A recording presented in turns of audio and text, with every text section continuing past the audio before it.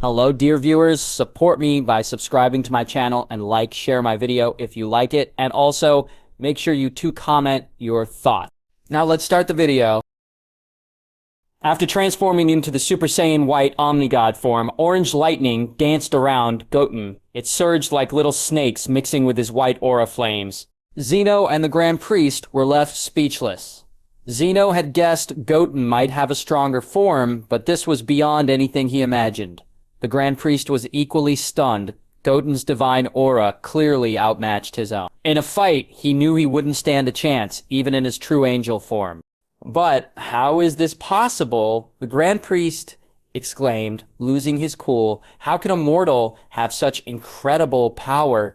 His composure was shot. Goten's overwhelming strength made it hard to stay confident. He realized that, like Goten said, he might not make it out of this alive. If he and Zeno teamed up, maybe they could turn things around. But Zalama was watching too, and after being sealed for so long, he must have a plan. Everyone had stopped fighting, feeling Goten's insane aura. Is that really Goten? Goku said, stunned. It's unbelievable. His divine aura is off the charts. We've mastered perfected Ultra Instinct, but compared to him, it feels like we're worlds apart. Goku stared at Goten in awe. Even with their new power, the gap between them and Goten seemed to grow. Come on, Kakarot, don't be so shocked, Vegeta said with a smirk. The gap between us and Goten has always been huge, and it's only getting bigger. I used to be jealous, but now I see that the stronger Goten gets, the safer we are. Vegeta accepted that he'd never surpass Goten. Vegeta's right. The stronger Goten is, the better for us, Gohan chimed in, excited. Look at how scared Zeno and the Grand Priest are. Let's give it our all. Well, I gotta handle those powerful beings. They take care of the gods of destruction and angels. Yeah, you're right. Feeling Goten's strength gets me pumped. Let's fight. Goku grinned, transforming into Ultra Instinct. His version was different from the angels. Goku and Gohan had perfected their autonomous Ultra Instinct over the years, unaffected by emotions, while Vegeta had Ultra Ego. In no time, Goku and the others dove into battle against the gods of destruction. Meanwhile, OG Goku and OG Vegeta felt Goten's aura and were equally shocked. Seriously, Goten has mastered Super Saiyan White Omnigod too? I haven't even reached that level. OG Vegeta scowled. Vegeta, Goten's form is way stronger than mine. OG Goku said seriously, I just figured it out, but Goten seems to have perfected it. Did you notice our brow marks? Mine has 2 bars in the V, but Goten's doesn't. That means he's nailed it. He had just started mastering this form and couldn't use its full power yet, but Goten had it down perfectly. OG Goku felt the gap in their divine auras. Vegeta frowned deeper, and the Grand Priest looked even worse. Grand Priest, weren't you super confident just now? I'm eager to see your true angel form, Goten said casually, eyeing the Grand Priest. In a flash, Goten vanished and reappeared next to the Grand Priest. He couldn't even follow Goten's movement. Before he could react, a sharp pain exploded across his face, almost knocking him out. Boom! With a heavy punch, Goten sent the Grand Priest flying like a meteor, moving faster than the eye could see. Boom! Boom! In an instant, the Grand Priest tore through over a dozen planets before crashing into a star. Rumble! The planets exploded one after another, sending shockwaves that shook nearby worlds and destabilized the timeline itself. That's terrifying. Is Goten even mortal? He knocked the Grand Priest away with one punch, and he's in his true angel form. Zeno's guards were stunned. They thought they could handle Goten, but now that seemed ridiculous. Taking out the Grand Priest in his true angel form meant Goten could easily kill them too. This mere mortal was far from the insignificant bug they thought he was. Zeno was silent, his expression serious. He knew Goten had grown stronger, but not to this extent. Defeating Goten would be a huge challenge. Even if Zeno absorbed his guards and transformed into the Omni-God, he might still fall short. Plus, Goten gave off a strange, familiar energy that made Zeno uneasy. But Goten wasn't their only worry. Zalma was also a threat. Although he had been weak before, breaking his seal meant he was confident enough to take on Zeno and the Grand Priest. Zalma chuckled darkly, noticing Zeno's expression. Little dwarf, have you finally noticed me? Today, this universe will be your grave. He turned to Goten and the Grand Priest, grinning fiercely. Fight well, your battle energy will nourish me. This place will be your eternal resting ground, and I will rise as the new supreme god of this world." As he spoke, Zalama felt his divine power growing, fueled by Goten and the Grand Priest's immense energy. Rumble. Another explosion echoed through the cosmos. The Grand Priest shook off the dust as the planet behind him disintegrated, his face twisted in rage, half covered in bruises. "Damn mortal. This is unforgivable," he snarled, his fury intensifying. He had never faced a real threat before, and Goten had become one. When someone stands above all, they can be calm, but when brought down, their true nature shows. The Grand Priest was experiencing that now. "Mortal, absolutely unforgivable," he roared, his eyes bloodshot. The silver-white aura around him flared violently, dark energy swirling. The angel halo behind him radiated terrifying energy. Yet, Goten remained calm. He had unlocked the Saiyan's ultimate form, the Super Saiyan White Omni-God. In this state, he was nearly unbeatable. No one noticed that Goten had also mastered the Dark Siphon ability, making him even more powerful as the battle raged on. After his roar, the Grand Priest charged at Goten, breaking the limits of space and time. In an instant, he was in front of Goten, throwing a devastating punch. "You're overestimating yourself," Goten replied coolly. "Do you really think you're still above all? Now, you're not even worth my time." Goten didn't dodge. As the Grand Priest lunged, Goten simply threw a punch of his own. Boom! Rumble! When Goten and the Grand Priest's fists collided, the entire dimension shook violently. Crack! Purple cracks spread across the dimensional space like serpents. The force of their clash caused the timeline to collapse. Rumble! As the dimensional timeline crumbled, planets exploded, one after another, like firecrackers. When their fists met, the Grand Priest was sent flying, soaring tens of millions of feet before stabilizing. A trickle of purple blood escaped his mouth, and his arm felt completely numb. Damn. How could this happen? Even if there's a gap between us, it shouldn't be this huge. That bastard's power far exceeds anything I could have imagined. The Grand Priest's expression was grim. The gap between him and Goten had widened beyond belief. One punch had not only caused the universe to collapse, but left his arm useless. This was the same little ant they had created. Now their greatest threat. "Lord Zeno, let us help the Grand Priest," one guard pleaded. "He's clearly outmatched. If this continues, he might be killed." Though the guards knew they stood no chance against Goten alone, they believed teaming up might help. If the Grand Priest fell, Goten would be unstoppable. Not even Zeno could handle him. "No," Zeno replied seriously. "It's better for you to conserve your energy. Even together, you can't defeat Goten." The guards clenched their fists in frustration, but obeyed Zeno's orders.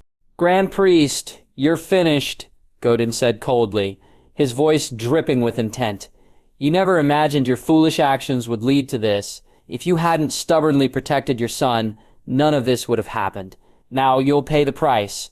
Gotatsun's eyes were icy, devoid of mercy. In the past, he might not have considered killing the Grand Priest, but after being imprisoned in the Void Realm, he had made up his mind. Zeno and the Grand Priest were constant threats, not just to him, but to his family. The only way to protect what mattered was to eliminate them. It wasn't fair to Zeno, who had never tried to kill him, but Goten realized they saw mortal life as insignificant. They could destroy entire universes without a second thought. How was that fair to the innocent? By killing these two gods, countless lives could be saved. Goten had thought long and hard about this during his 75 years in the Void Realm. Whoosh! In an instant, Goten appeared in front of the Grand Priest. Swish! He charged his fist and launched a devastating punch at the Grand Priest.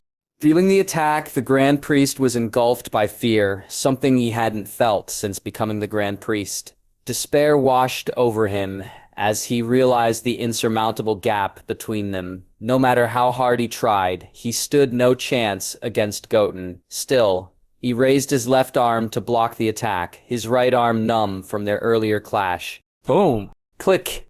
When Goten's fist connected, the Grand Priest's arm deformed, and the sound of bones shattering echoed through the air. Ah! The Grand Priest screamed in agony. It had been billions of years since he last felt such pain.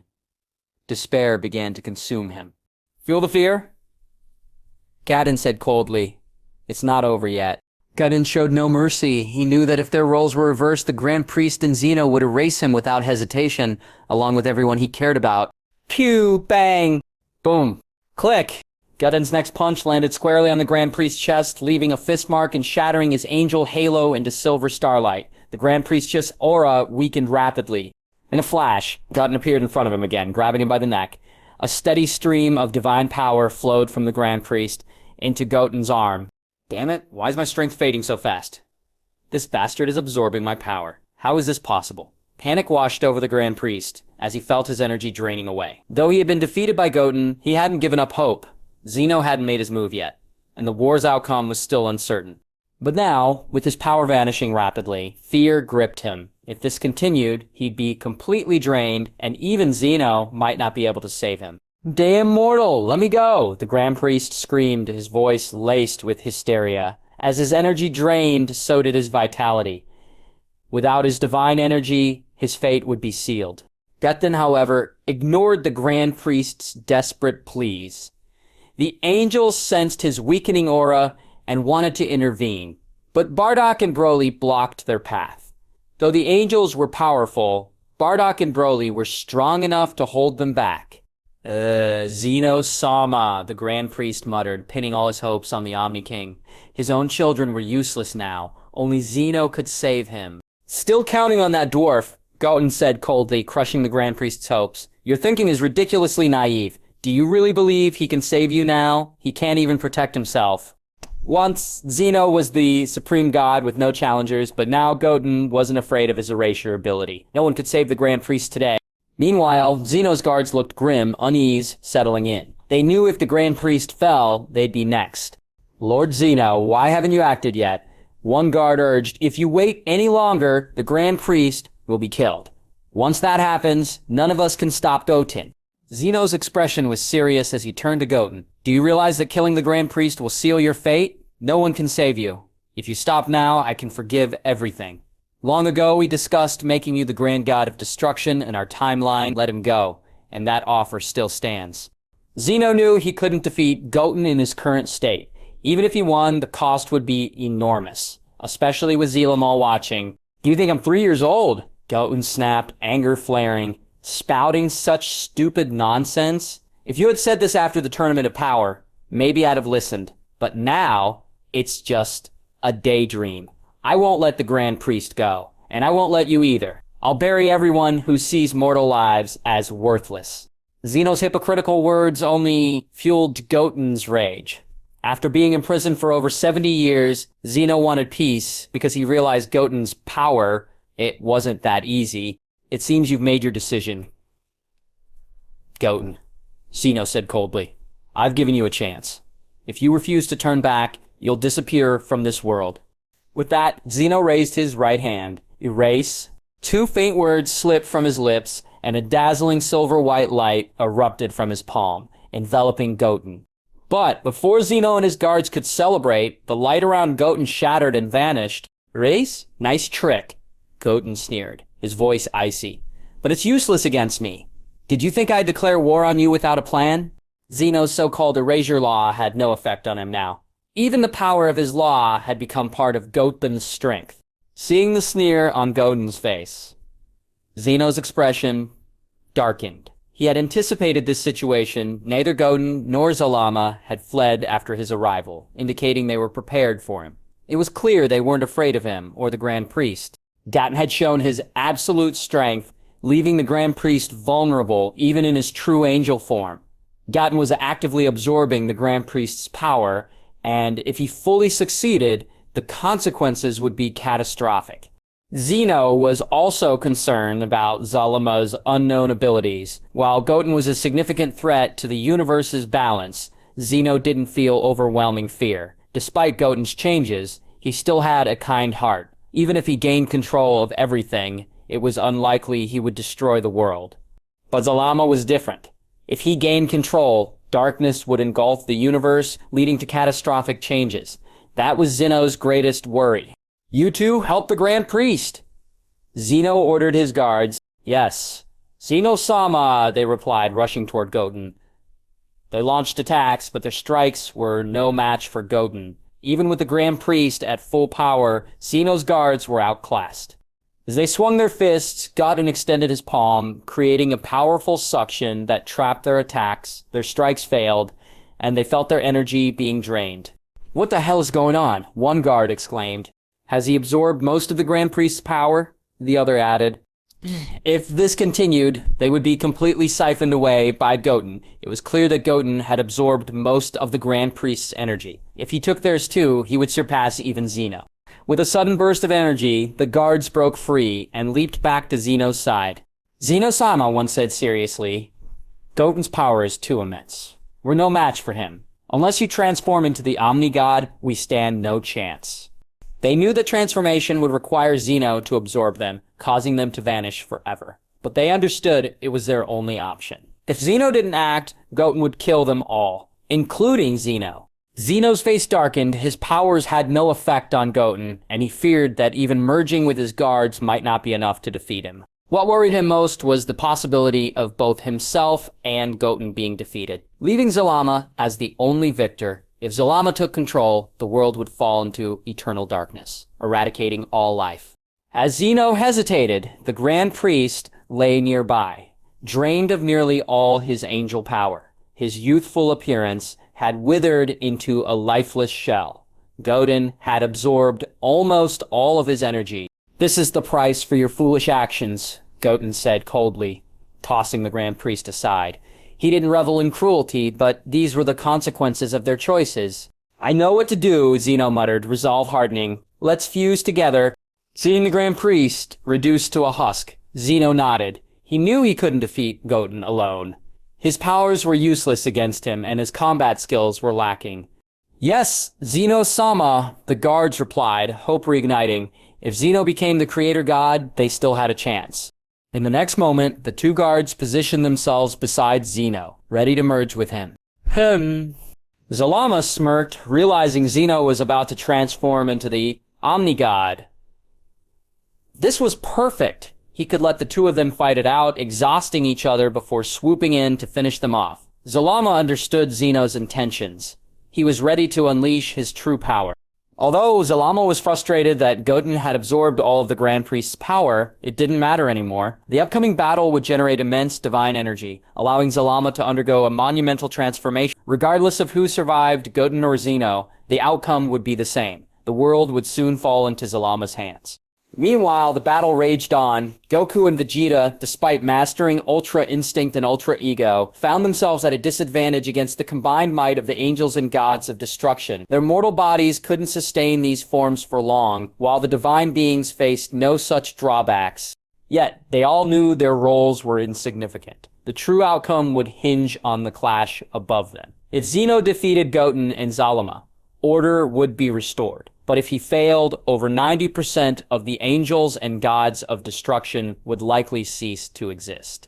Zeno placed his hands on his guards' backs, and they transformed into a silver-white light, which he absorbed. In an instant, Zeno was enveloped by a powerful divine aura, stronger than even the Grand Priest in his true angel form. Goten couldn't help but glance over, feeling excitement rather than fear. The stronger Zeno became, the more power Goten could absorb. Zalama didn't concern Goten. While Zalama could absorb divine energy, he couldn't touch Goten's unique power, which was fueled by his Saiyan blood. The sealed away Zalama and his allies hadn't anticipated powerful mortals like Goten posing a threat. As the silver halo around Zeno faded, he transformed into the Omni-God, a bizarre humanoid mass of pure energy embodying the cosmos with countless sub-universes and galaxies visible within him. "Is this the Omni-God?" Goten remarked, unimpressed. "I hope the battle won't be disappointing." Before absorbing the Grand Priest's power, Goten hadn't worried about Zeno, and now he felt even stronger. "You'll pay dearly for your foolish actions," Zeno declared, his tone icy and serious. "You'll learn the consequences of defying the gods." "Oh," Goten sneered. "You're not qualified to challenge me. I didn't break the gods' laws without reason. You forced my hand." Zeno snorted, vanishing in an instant. He reappeared before Goten and threw a punch at his chest. "You think you can punish me?" Goten taunted, countering with a punch of his own. Boom. The moment their fists collided, the dimensional space began to collapse.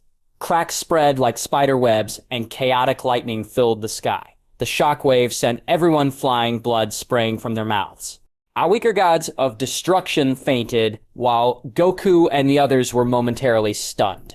Even the angels felt the impact. The only ones unaffected were Zalama and OG Goku, now in the form of a white Omni God. The entire dimension shook violently, its frequency rising rapidly. If this kept up, it wouldn't take long for the dimensional space to collapse. Goten and Zeno would be fine, but Goku, Vegeta, and the others would be obliterated by the shockwaves.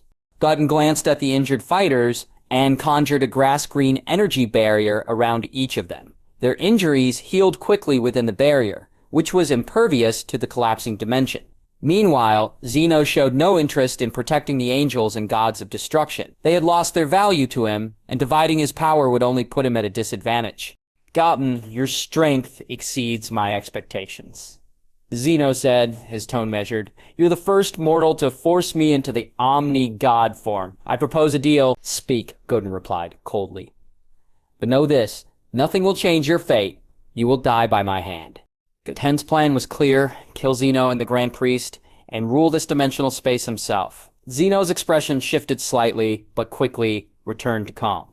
I'm not asking for mercy, Zeno continued. Your strength is impressive, but you may not be able to kill me completely. Let's join forces to eliminate Zalama. His ambitions are boundless. If we both fall, the entire dimension will fall under his control, plunging all into darkness. After we deal with Zalama, we can settle things between us. Zeno's tone was serious, surprising Goten. This was the same Zeno who had erased universes on a whim, now seemingly caring about the fate of mortals and gods. Stop pretending, Goten sneered. If you cared about mortals, you wouldn't have wiped out billions of lives. Spare me your act of mercy. I have no interest in allying with you. After I kill you, I'll deal with Zalama myself. Zeno laughed coldly. Arrogant mortal, I approached you in good faith, and this is your response. Do you really think you can defeat both me and Zalama alone? Zeno's anger flared. In his Omni-God form, he was no longer the childish Zeno. Goten's disdain had pushed him over the edge. I don't need your confidence, Goten shot back. If you doubt me, come and test me. Team up with Zalama, it makes no difference. Goten's tone dripped with disdain. After absorbing the Grand Priest's power, he felt at his peak. He would continue to siphon energy from his opponents, growing even stronger. You too arrogant mortal, Zeno growled, his rage boiling over. Brilliant energy surged around him, his divine aura intensifying, but Goten felt excitement. The stronger Zeno became, the more energy he could absorb. Zeno transformed into radiant light and charged at Goten. Come on, let's see what the Omni-God can do at full power. Goten smirked, meeting Zeno's fist in a devastating clash. Rumble. The collision shattered the dimensional space, reducing all angels and gods of destruction to dust. At that moment, an electronic voice echoed in Goten's mind. Dang, congratulations to the host for picking up the rule power of the Omni-God Zeno. Goten was startled. His long-dormant system had suddenly reactivated, granting him Zeno's rule-based power. Unexpectedly, after a long absence, the system activated and absorbed Zeno's erasure ability at a critical moment. Not bad, I don't really need this ability anymore. But it's better than nothing, Goten said with a smile. He wasn't too interested in such powers anymore. After mastering his rule ability, Zeno's power had little effect on him. However, if he could fuse the two abilities, he might create an incredibly powerful rule domain and grow even stronger. Damn. Is it really impossible to deal with this mortal? Zeno thought, his expression grim. His full-powered strike had no effect on Goten, proving Goten's power surpassed his own. A hard truth to accept. If this continues, I might die at Goten's hands. Keep fighting! Is this all you can do, Supreme God?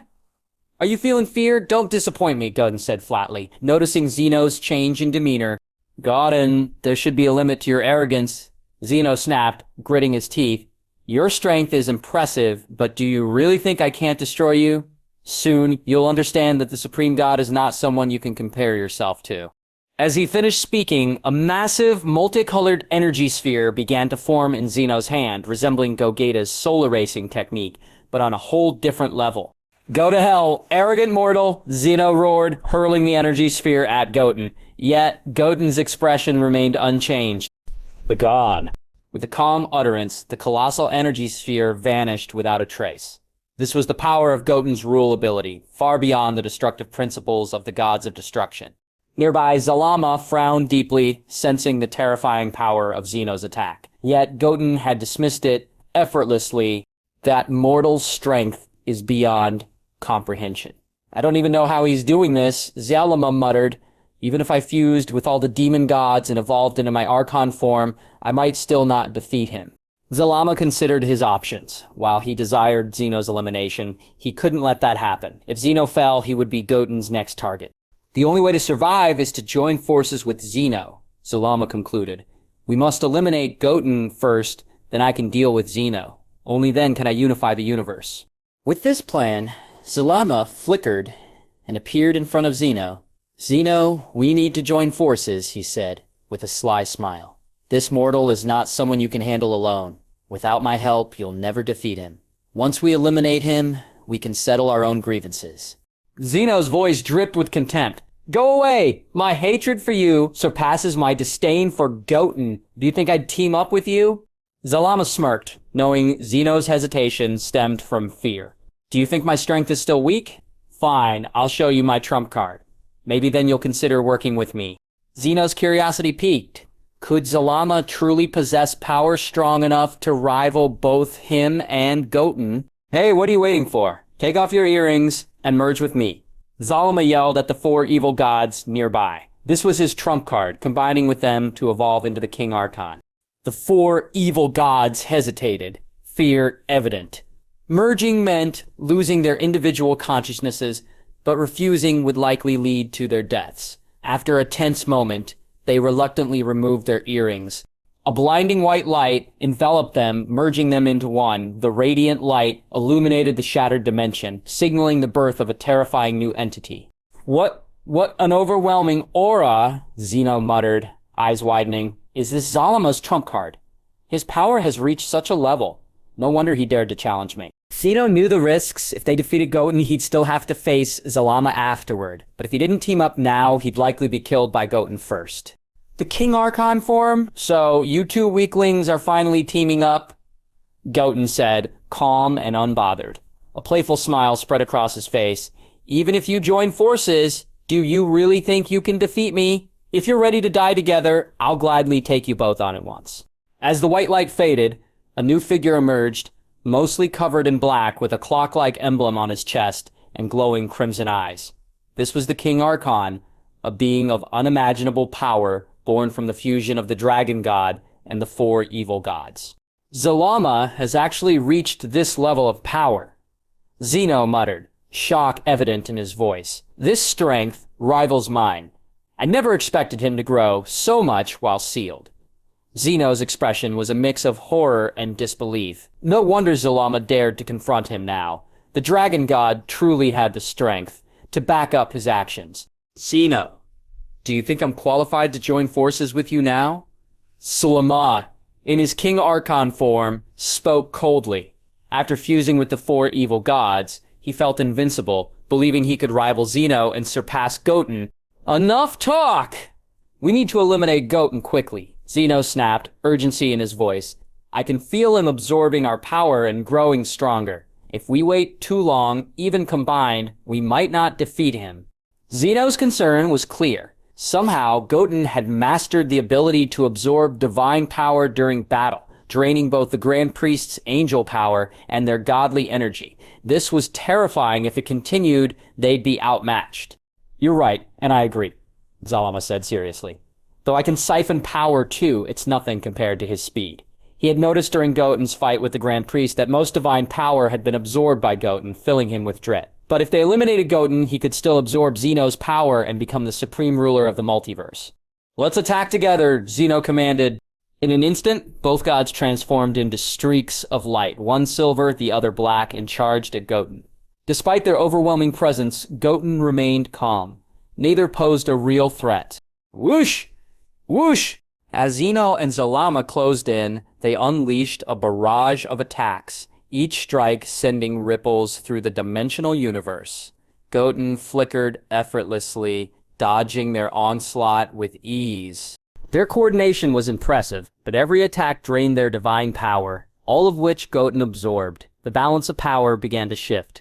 Zeno and Zalama felt their energy dwindling rapidly. Are you kidding me? This mortal is impossible. Zalama growled, frustration twisting his face. He's absorbing most of our divine power. If this continues, we'll end up dead. Zalama's confidence crumbled. He had thought teaming up with Zeno would make defeating Goten easy, but he was wrong. At that moment, Zeno and Zalama launched simultaneous punches at Goten.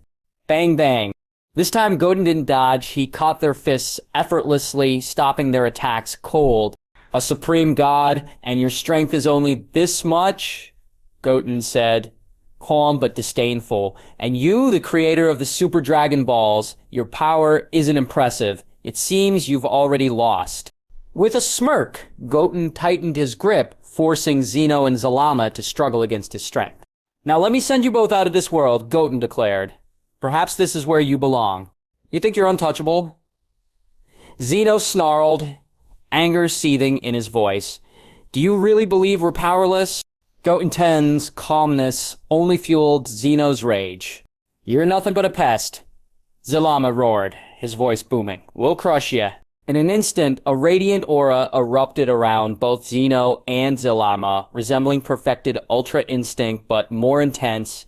They unleashed their full power, sending a shockwave of energy outward, pushing Goten back. Boom! Crash!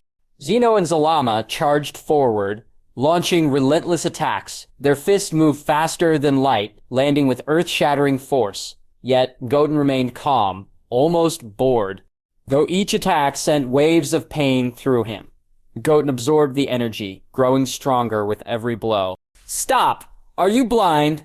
Zeno shouted, frantic. He's absorbing our power. If we keep this up, we'll be drained. Zeno's desperation was clear. They had thrown countless punches, yet Goten stood unfazed, a faint smirk on his lips. What the hell? Zalama growled, frustration evident. This pest is turning our attacks into his strength. If this keeps up, we're finished. Zalama's frustration mounted. He had assumed physical attacks wouldn't be absorbed, but Goten's ability defied logic. He was turning their energy into his own power, an unstoppable force. What do we do? There has to be a way to take him down. Zeno muttered, desperation creeping in. Both felt the weight of their impending doom. Goten hadn't even attacked directly. He simply absorbed their energy. If he decided to strike, they might be obliterated. We have no choice, Zeno said grimly. We go all out. If we can't kill him with everything we've got, then this is where it ends. The gravity of the situation was crushing. Zeno regretted his past negligence. If only he hadn't fallen asleep that one time. Perhaps the Grand Priest wouldn't have made such a catastrophic mistake. But now, it was too late for regrets. Fine, Zalama agreed, his voice heavy. If we don't eliminate him first, my dream of ruling this universe will never come true. For now, Zalama had to set aside his ambitions and focus on the immediate threat. Once Goten was dealt with, he could turn his attention to Zeno, confident that Zeno would stand no chance against him. Rumble! Roar! The air crackled with energy as Zeno and Zalama prepared their final attack. Above them, two massive energy spheres began to form. Zeno's sphere swirled with multicolored light, the pinnacle of his rule power capable of annihilating entire universes. Zalama's was pure darkness, a concentrated manifestation of his malevolent energy. Goten descends now, both gods declared, eyes blazing with determination. This was their last stand. If this failed, their fate would be sealed. You're stronger than I expected, Goten admitted, a smirk on his lips. But if you think this is enough to defeat me, you're sorely mistaken. With a casual wave, Goten summoned two energy spheres of his own, one resembling Zeno's erasure ability, the other a manifestation of his own rule power. By now, Zeno and Zalama had nearly exhausted their energy. They knew this was a life-or-death battle. The next energy spheres they unleashed would determine their fate. If they lost to Goten, death was certain. But if they gained the upper hand, or even killed Goten outright, one of them could survive and claim dominion over the dimensional universe. With everything on the line, both gods poured their strength into their attacks. Goten, I'll send you to join the Grand Priest. Zeno roared, filled with rage. You'll pay for everything. Zeno hurled his multicolored energy sphere at Goten. Ha ha! This dimensional universe will belong to me. Zalama, the dragon god, cackled. Today, I'll destroy you all. Zalama's dark energy sphere followed, hurtling toward Goten with terrifying speed. In their minds, the odds of defeating Goten together were over 90%.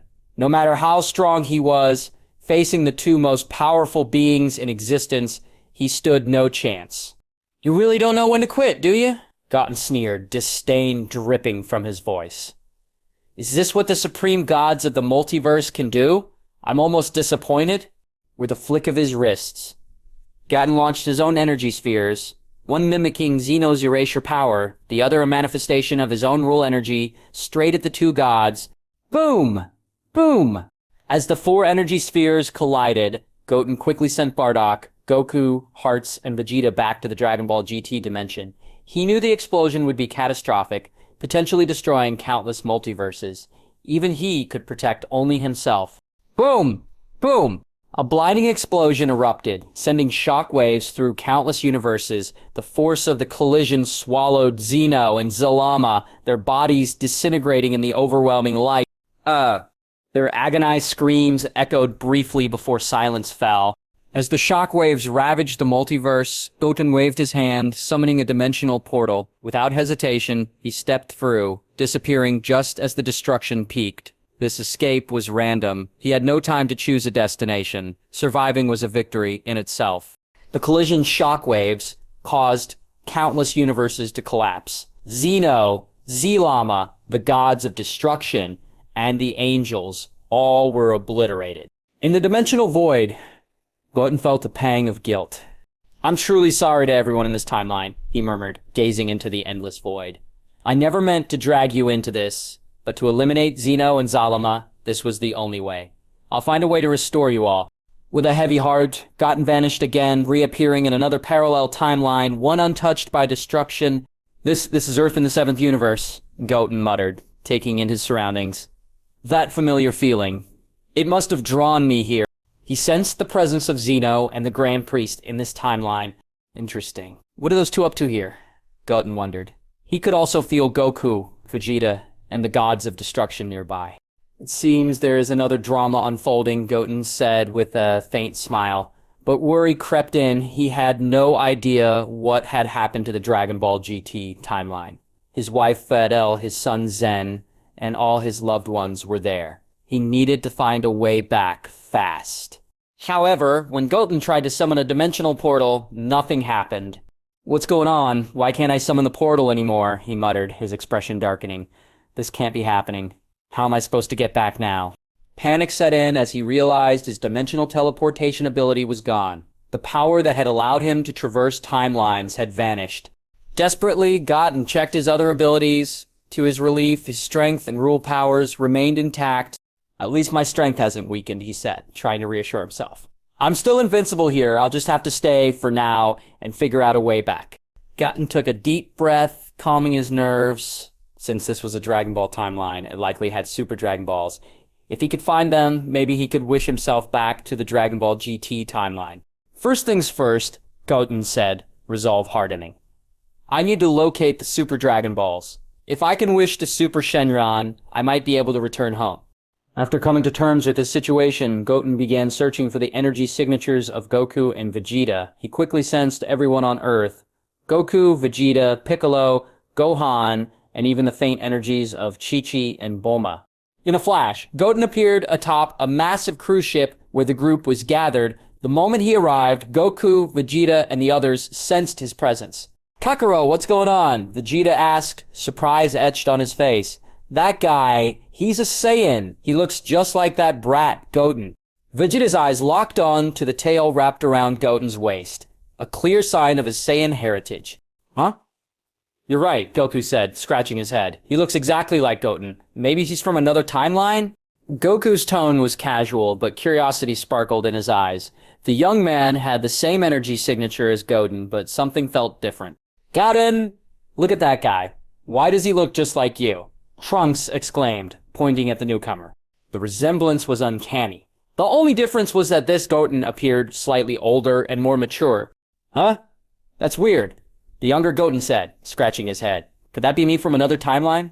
He laughed it off. but the idea wasn't far-fetched. After all, Saiyans often shared similar features. No, Piccolo interjected, his voice serious. He may look like Goten, but his power is on a completely different level. Piccolo's words carried weight. The newcomer's aura was far more intense than any version of Goten he had sensed. Goten observed the group carefully. They were familiar yet subtly different. Goku and Vegeta looked slightly older, while Trunks and the younger Goten had grown into teenagers. Gohan also appeared different. He was in his mystic form rather than scholarly attire. This timeline is similar to Dragon Ball Super, but it's not the same. Goten thought, there are too many differences. At that moment, Bulma and Chi-Chi noticed Goten. Chi-Chi felt an inexplicable familiarity when she saw him. Chi-Chi, that young man looks just like Goten, Bulma exclaimed, intrigued. Could he be Goten's twin brother? What are you talking about, Bulma? Chi-Chi replied, a hint of annoyance in her voice. I only gave birth to one Goten. Everyone's attention turned to Goten, their gazes filled with curiosity. The scrutiny made him feel self-conscious. Just then Goku and Vegeta stepped forward. Hey, are you Goten? Goku asked, his tone friendly but probing. His instincts told him the young man was indeed Goten. Yes, I'm Son Goten from another timeline, Goten replied without hesitation. There was no point in hiding it. Explaining his presence would only complicate things. I knew it, Goku said, grinning. I told you my instincts were right, Vegeta. Or is that really something to brag about? Vegeta muttered, rolling his eyes. So, it really is, Goten, the others murmured, surprise and fascination on their faces. The idea of another Goten from a different timeline was both intriguing and bewildering. Goten, I gotta say, that guy looks cooler than you. Trunks teased, nudging the younger Goten. The older Goten seemed more mature and confident than the younger version. Goten, Goku said, his curiosity reignited. What brings you here?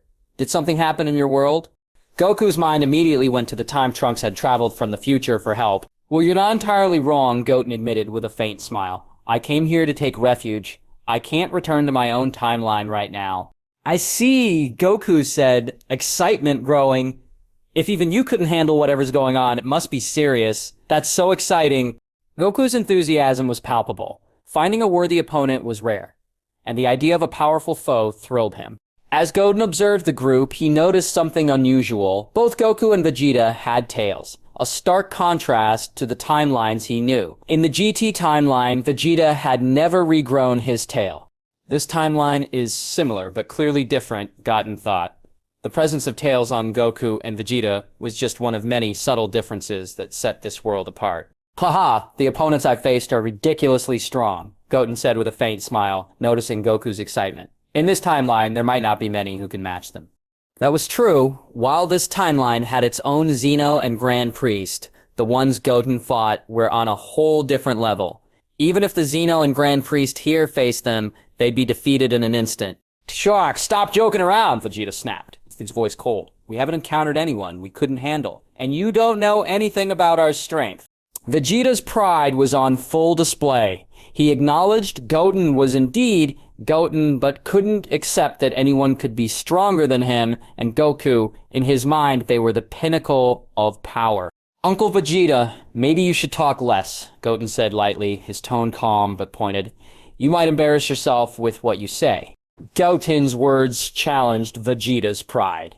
He knew that while Goku and Vegeta were strong, he had faced foes far beyond their level. Even the gods of destruction here could easily overpower them. What did you say, brat? Vegeta growled, fist clenching. You dare call me a frog in a well. You clearly have no idea how powerful we are. Vegeta's temper flared. He wasn't used to being talked down to, especially by someone who looked like Goku's son. Hey, Vegeta, calm down, Goku interjected, trying to ease the tension. Goten might not know how strong we are now. Remember Majin Buu? We thought we were unstoppable after defeating Cell. But then Buu showed up. Goku's words were meant to soothe Vegeta's ego, but only irritated him further. Shut up, Kakara. Vegeta barked, even if this kid is your son, there's no need to defend him. Majin Buu was nothing compared to us now. Vegeta's confidence was unshakable, but Goten couldn't help but smirk. He knew how vast the multiverse was, and how many powerful beings existed beyond their understanding. The others exchanged glances, used to Vegeta's arrogance. Goten had learned to let it slide. Vegeta's pride often led to him being humbled eventually. Just then, King Kai's voice echoed in Goku's mind. Goku, can you hear me?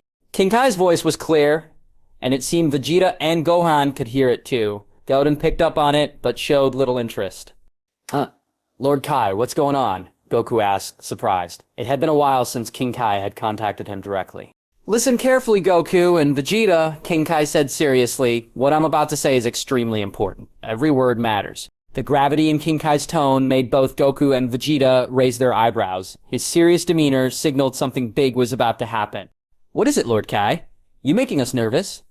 Goku asked, curiosity piqued. Yeah, old man, spit it out already. Vegeta interjected, impatient.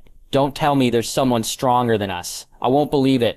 Vegeta's arrogance was on full display, a trait carried over from his Dragon Ball Z days. But as always, his overconfidence would likely lead to a harsh reality check. King Kai's voice returned, sharper this time. Vegeta, put your arrogance aside. The being I'm about to mention is far stronger than you. A single sneeze from him could send you flying to the edge of the universe. King Kai's words were a direct rebuke to Vegeta's pride. This being will soon arrive on Earth. Do not provoke him. If you fight him, the entire planet and possibly the galaxy could be destroyed. Vegeta's face twisted in anger. Catch! If you keep talking like that, I'll come over there and teach you a lesson. King Kai ignored the threat and continued speaking to Goku. Goku, the being you're about to face, is the most powerful god in this universe. Lord Beerus, the god of destruction. His strength is beyond anything you've ever encountered. King Kai's tone was grave. If you value your life and the lives of everyone on Earth, do not challenge Lord Beerus. I've warned you. What you do with this information is up to you. With that, King Kai's voice faded, leaving the group in stunned silence. Vegeta, this seems serious, Goku said, his expression grave. I've never heard Lord King Kai speak so seriously before. This god of destruction Beerus must be incredibly powerful.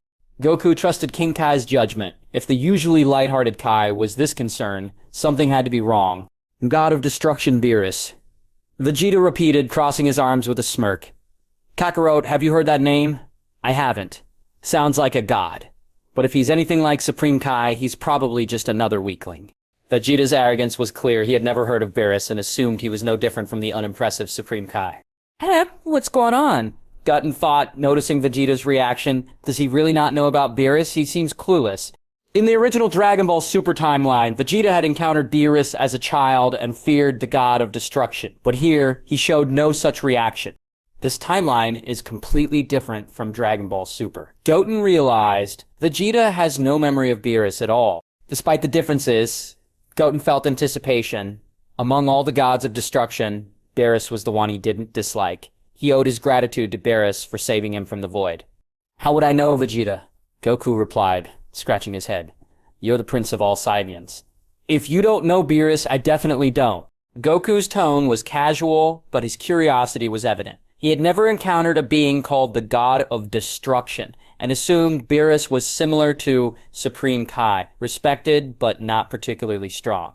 The group quickly dismissed King Kai's warning and returned to the festivities. Chi-Chi approached Goten, curious about the young man who looked so much like her son. So, you're really Goten from another timeline, she asked, warmth and concern in her voice. Goten nodded, feeling comfort in her presence. Despite being in a different timeline, the bond between mother and son felt strong. As the party continued, Goten missed his wife Videl and son Zen, determined to find a way back to his life in the Dragon Ball GT universe. But for now, his dimensional portal ability was unusable. Just then, the sound of rushing air caught everyone's attention as Supreme Kai and Kibito appeared before Goku and Vegeta. Yo! Lord Supreme Kai, you made it! Goku greeted them. I didn't expect you to come to Bulma's birthday party. But Supreme Kai and Kibito looked serious. Goku, Vegeta, we're not here to celebrate, Supreme Kai said, his tone grave. We came to Earth for something far more important. The seriousness in Supreme Kai's voice was unmistakable. Whatever he was about to say carried immense weight. Something important? Goku asked, confused. Didn't Majin Buu turn good? Vegeta seemed to have an idea of what Supreme Kai was about to say, but dismissed it outright. In his mind, no being could rival him, and Goku. Goku, this isn't about Majin Buu, Supreme Kai replied, his expression darkening. I believe King Kai mentioned Lord Beerus, the god of destruction. Oh yeah, King Kai did say something, Goku said, scratching his head. But we figured Beerus is probably just another god. Like you. Nothing to worry about, right? Goku's tone was casual, almost dismissive. To him and Vegeta, Supreme Kai was respected, but not particularly strong. You're completely wrong, Goku, Supreme Kai said urgently. Lord Beerus is nothing like us, Supreme Kai. He maintains balance by annihilating entire universes. His power is on a different level. He can erase the universe with a thought. We are utterly insignificant compared to him. Supreme Kai's words were meant to shock Goku and Vegeta. But Vegeta, as always, was unimpressed.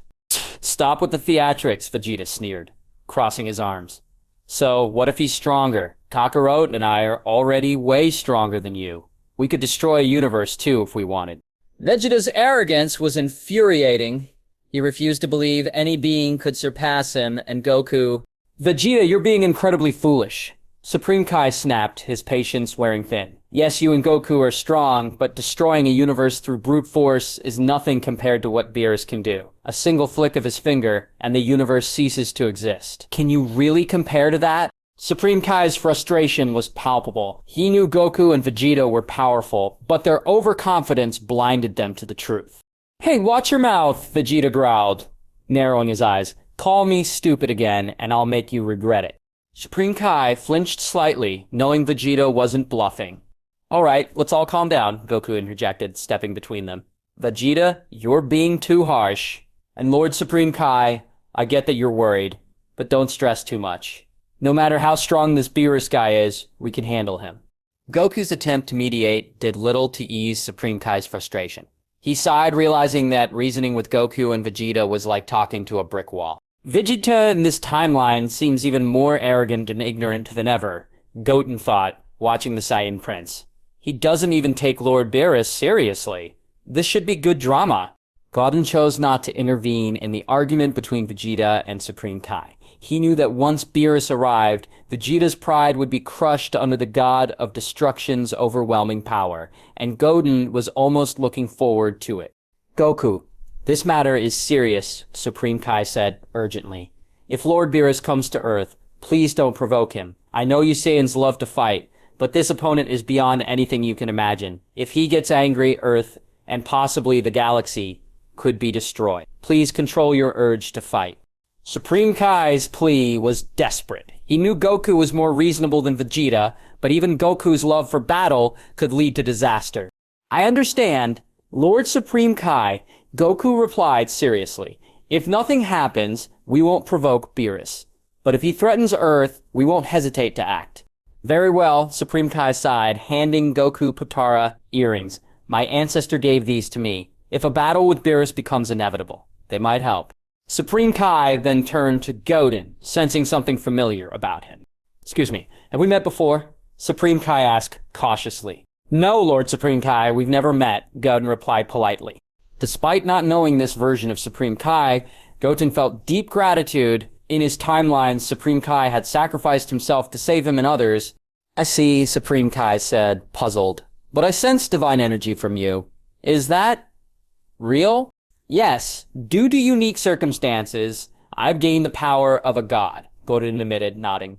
There's no point in hiding it, he thought. Supreme Kai's ability to sense divine energy was sharp, and Goten's power was too vast to conceal. If possible, after Lord Beerus arrives, please try to reason with Goku and Vegeta, Supreme Kai pleaded. We'll take our leave now. With that, Supreme Kai and Kibito used instant transmission to depart, not wanting to risk being seen by Beerus. As soon as they left, Goku turned to Goten, intrigued. God and Lord Supreme Kai said you have the power of a god. What's going on? Did you become a god in your timeline? Goku's eyes sparkled with interest.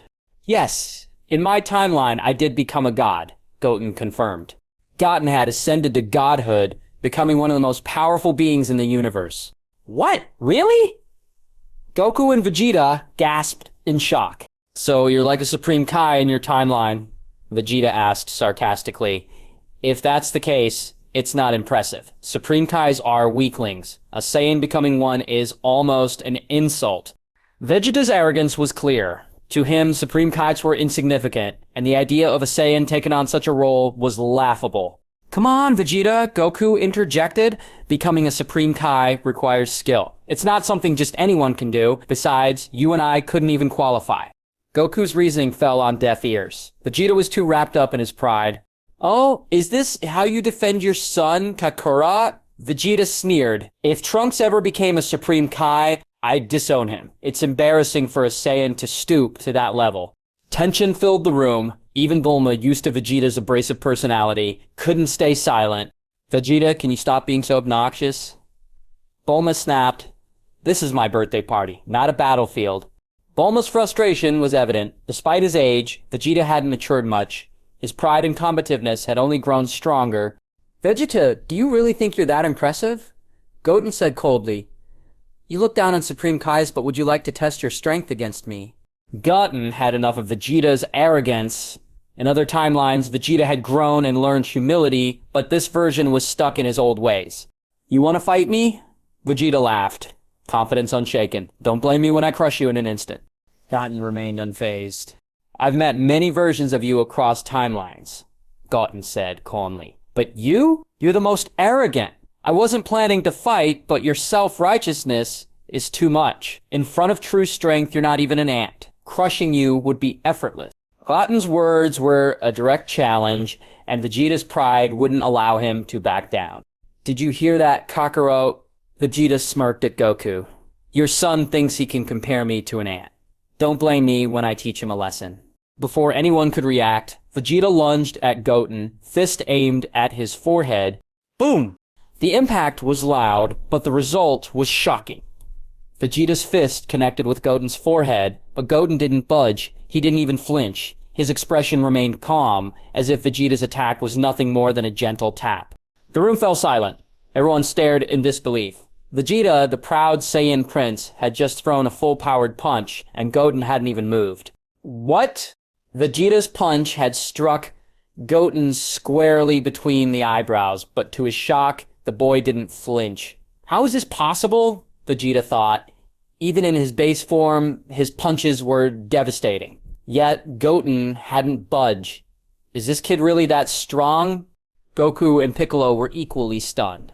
Vegeta's punch could have seriously injured them, yet Goten shrugged it off completely. The difference in power left him in awe. Vegeta, I thought your arrogance would match your strength, Goten said coldly, disdain dripping from his voice. Is this all you've got? Your weak punches can't even scratch me. Show me your real power.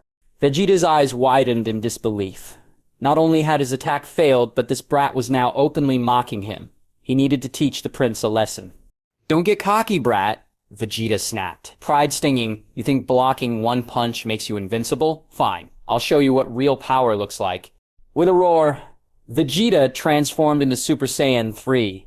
Golden flames erupted around him, and his aura surged with immense energy. This version of Vegeta had mastered the form, proving he was different. Still, Goten wasn't impressed. To him, even Super Saiyan God or Super Saiyan 4 would be nothing. You think this is impressive, Vegeta?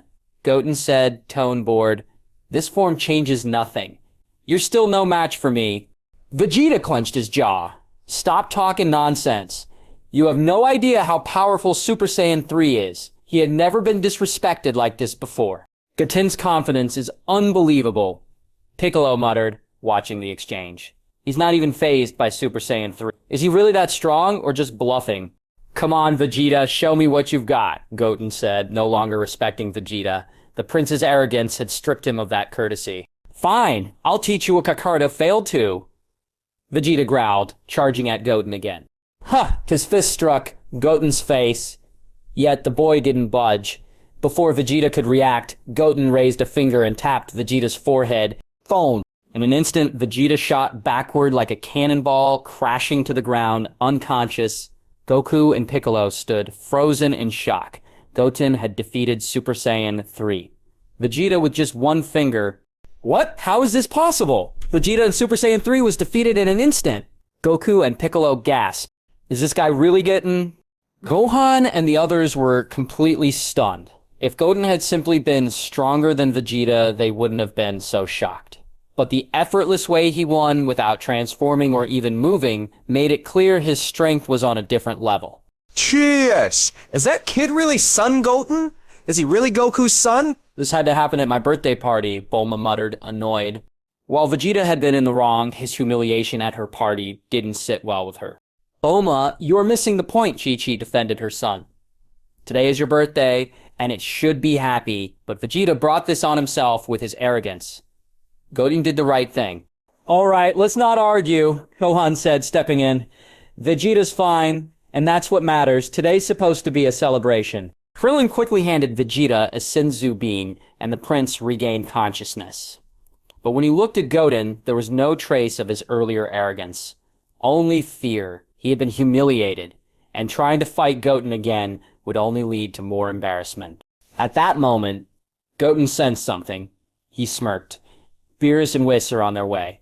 Goku and Vegeta exchanged confused glances. They couldn't sense the god of destruction or his angelic attendant at all. The god of destruction, Beerus, will be here soon. Goten continued. With how arrogant you were earlier, I wonder if you can handle him. Goku's eyes lit up. Goten, how strong is Beerus compared to you? Goten didn't hesitate. Beerus is incredibly strong. He's exactly as Supreme Kai described, the strongest opponent you've ever faced. If he wanted to kill you, it would take him less than a second. He paused, smirking. But compared to me, he's not even 1/billionth as powerful. Cheech. Vegeta scoffed, though quieter than usual. He had felt Goten's strength firsthand, but the idea of someone being 1,000,000,000 times stronger than Beerus was absurd. It was a boast he couldn't bring himself to believe. Maybe Goten's just bragging, Vegeta muttered. The idea that someone could be 1,000,000,000 times stronger than a god of destruction felt far-fetched. Goten's claims seemed exaggerated, even for him.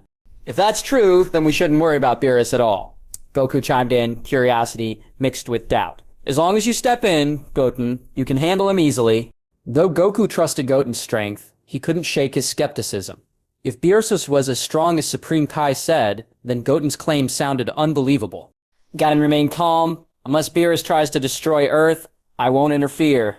If you provoke him, I won't help either. Beerus is a good friend of mine. He's the reason I'm still alive. To Goten, Beerus was more than just a god of destruction. He had saved Goten's life at great personal cost. Their bond was deep, almost like family, especially compared to Goku, who had been absent for much of Goten's life.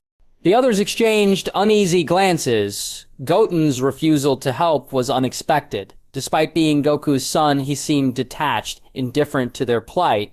Just then, two figures materialized before them, Whis, a tall, slender man with staff, and Beerus, the cat-like god of destruction. Vegeta, look, is that Beerus? Goku asked, narrowing his eyes at the newcomers. Beerus and Whis didn't radiate the overwhelming pressure Goku expected. They seemed almost ordinary, their strange clothing the only standout feature. Yeah, it must be them, Vegeta replied, crossing his arms. But they don't seem strong at all. Neither Goku nor Vegeta could sense any ki from them, leading to doubts about the stories they'd heard. Goku!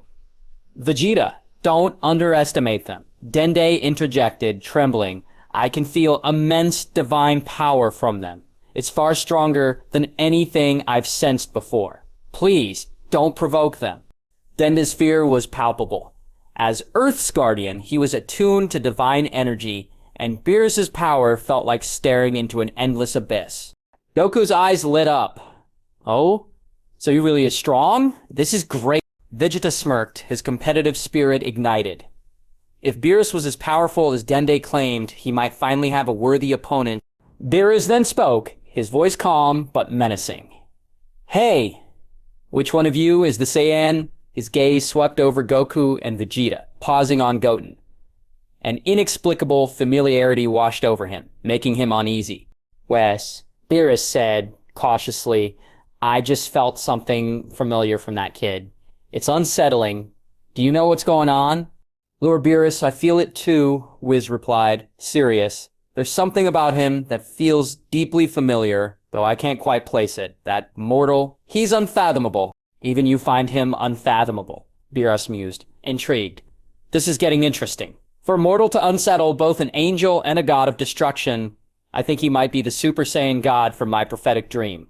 Beerus narrowed his eyes, studying Goten. If Goten was indeed the Super Saiyan god, then his divine aura made sense. I can't say for certain, Whis admitted, But if he is the Super Saiyan God from your dream, then your opponent is far more formidable than we anticipated. Meanwhile, Goten noticed Beerus and Whis observing him. A faint smile played on his lips as he casually found a table and began enjoying the food, not intending to interfere, at least not yet. Yo, you must be Lord Beerus, the god of destruction. Goku exclaimed, approaching Whis with a grin. In Goku's mind, Whis seemed more suited to be the god of destruction, while the cat-like figure beside him seemed like just a pet. Hee, you've got it wrong. Whis chuckled. I'm merely Lord Beerus's attendant. This is Lord Beerus, the god of destruction. Beerus looked utterly baffled. What? You're the god of destruction? Goku asked, eyes wide with disbelief. Beerus sighed, pinching his nose. Yes, I am the god of destruction. Why does everyone keep mistaking Whis for me? Is my divine aura not intimidating enough? Whis laughed softly. Perhaps you should try radiating more of your godly presence next time, Lord Beerus. Beerus grumbled, but quickly refocused. Enough of this. I came here for a reason. Who among you is a Saiyan? Vegeta stepped forward, arrogance on full display. I am the prince of all Saiyans, he declared proudly. Vegeta studied Vegeta, then calmly said, Oh, you're the Saiyan prince? You do resemble King Vegeta. This guy looks like a shorter version of King Vegeta. He might know something about a Super Saiyan god. Hey, I'm a Saiyan too. Goku chimed in, eager not to miss out on the action. He wanted to test Beerus' strength and see if the god of destruction really lived up to the hype. You're a Saiyan as well? Beerus raised an eyebrow. Frieza really wasn't thorough. But I'm here for a reason. Do either of you know about the Super Saiyan god? Beerus' tone was calm but urgent. The Super Saiyan god from his prophetic dream had been haunting him, and he needed to find this being. Super Saiyan God? Goku scratched his head. I've never heard of that. Vegeta, do you know anything? Goku turned to Vegeta, hoping for insight. After all, Vegeta knew more about Saiyan history than anyone. How would I know? Vegeta scoffed, crossing his arms. Everything I know about Super Saiyan transformations, you already know. This Super Saiyan God sounds like nonsense. Yet, deep down, the idea intrigued him. Lord Beerus, it seems these two know nothing about the Super Saiyan God. Whis said, his voice calm but uneasy. Perhaps we should return. This planet makes me uncomfortable. Whis glanced at Goten, quietly enjoying his meal. There was something unsettling about him, something powerful and familiar. It does seem that way, Beerus agreed, his gaze lingering on Goten. He looks like a Saiyan too. Maybe he knows something. Beerus' instincts told him Goten was extraordinary. The tail behind him was a clear sign of his Saiyan heritage, but his aura was unlike anything Beerus had sensed before. Lord Beerus, my intuition tells me that mortal is extraordinary. Whis cautioned. Let's not provoke him. This feeling is not to be ignored. Beerus nodded, surprising himself. He wasn't one to back down from a challenge, but the unease around Goten was undeniable. You're right, Whis, Beerus said, his voice subdued. Let's leave for now. I don't want unnecessary trouble. Just as they prepared to depart, Goku and Vegeta called out, Wait, Lord Beerus! The two Saiyans exchanged glances, their competitive spirits ignited.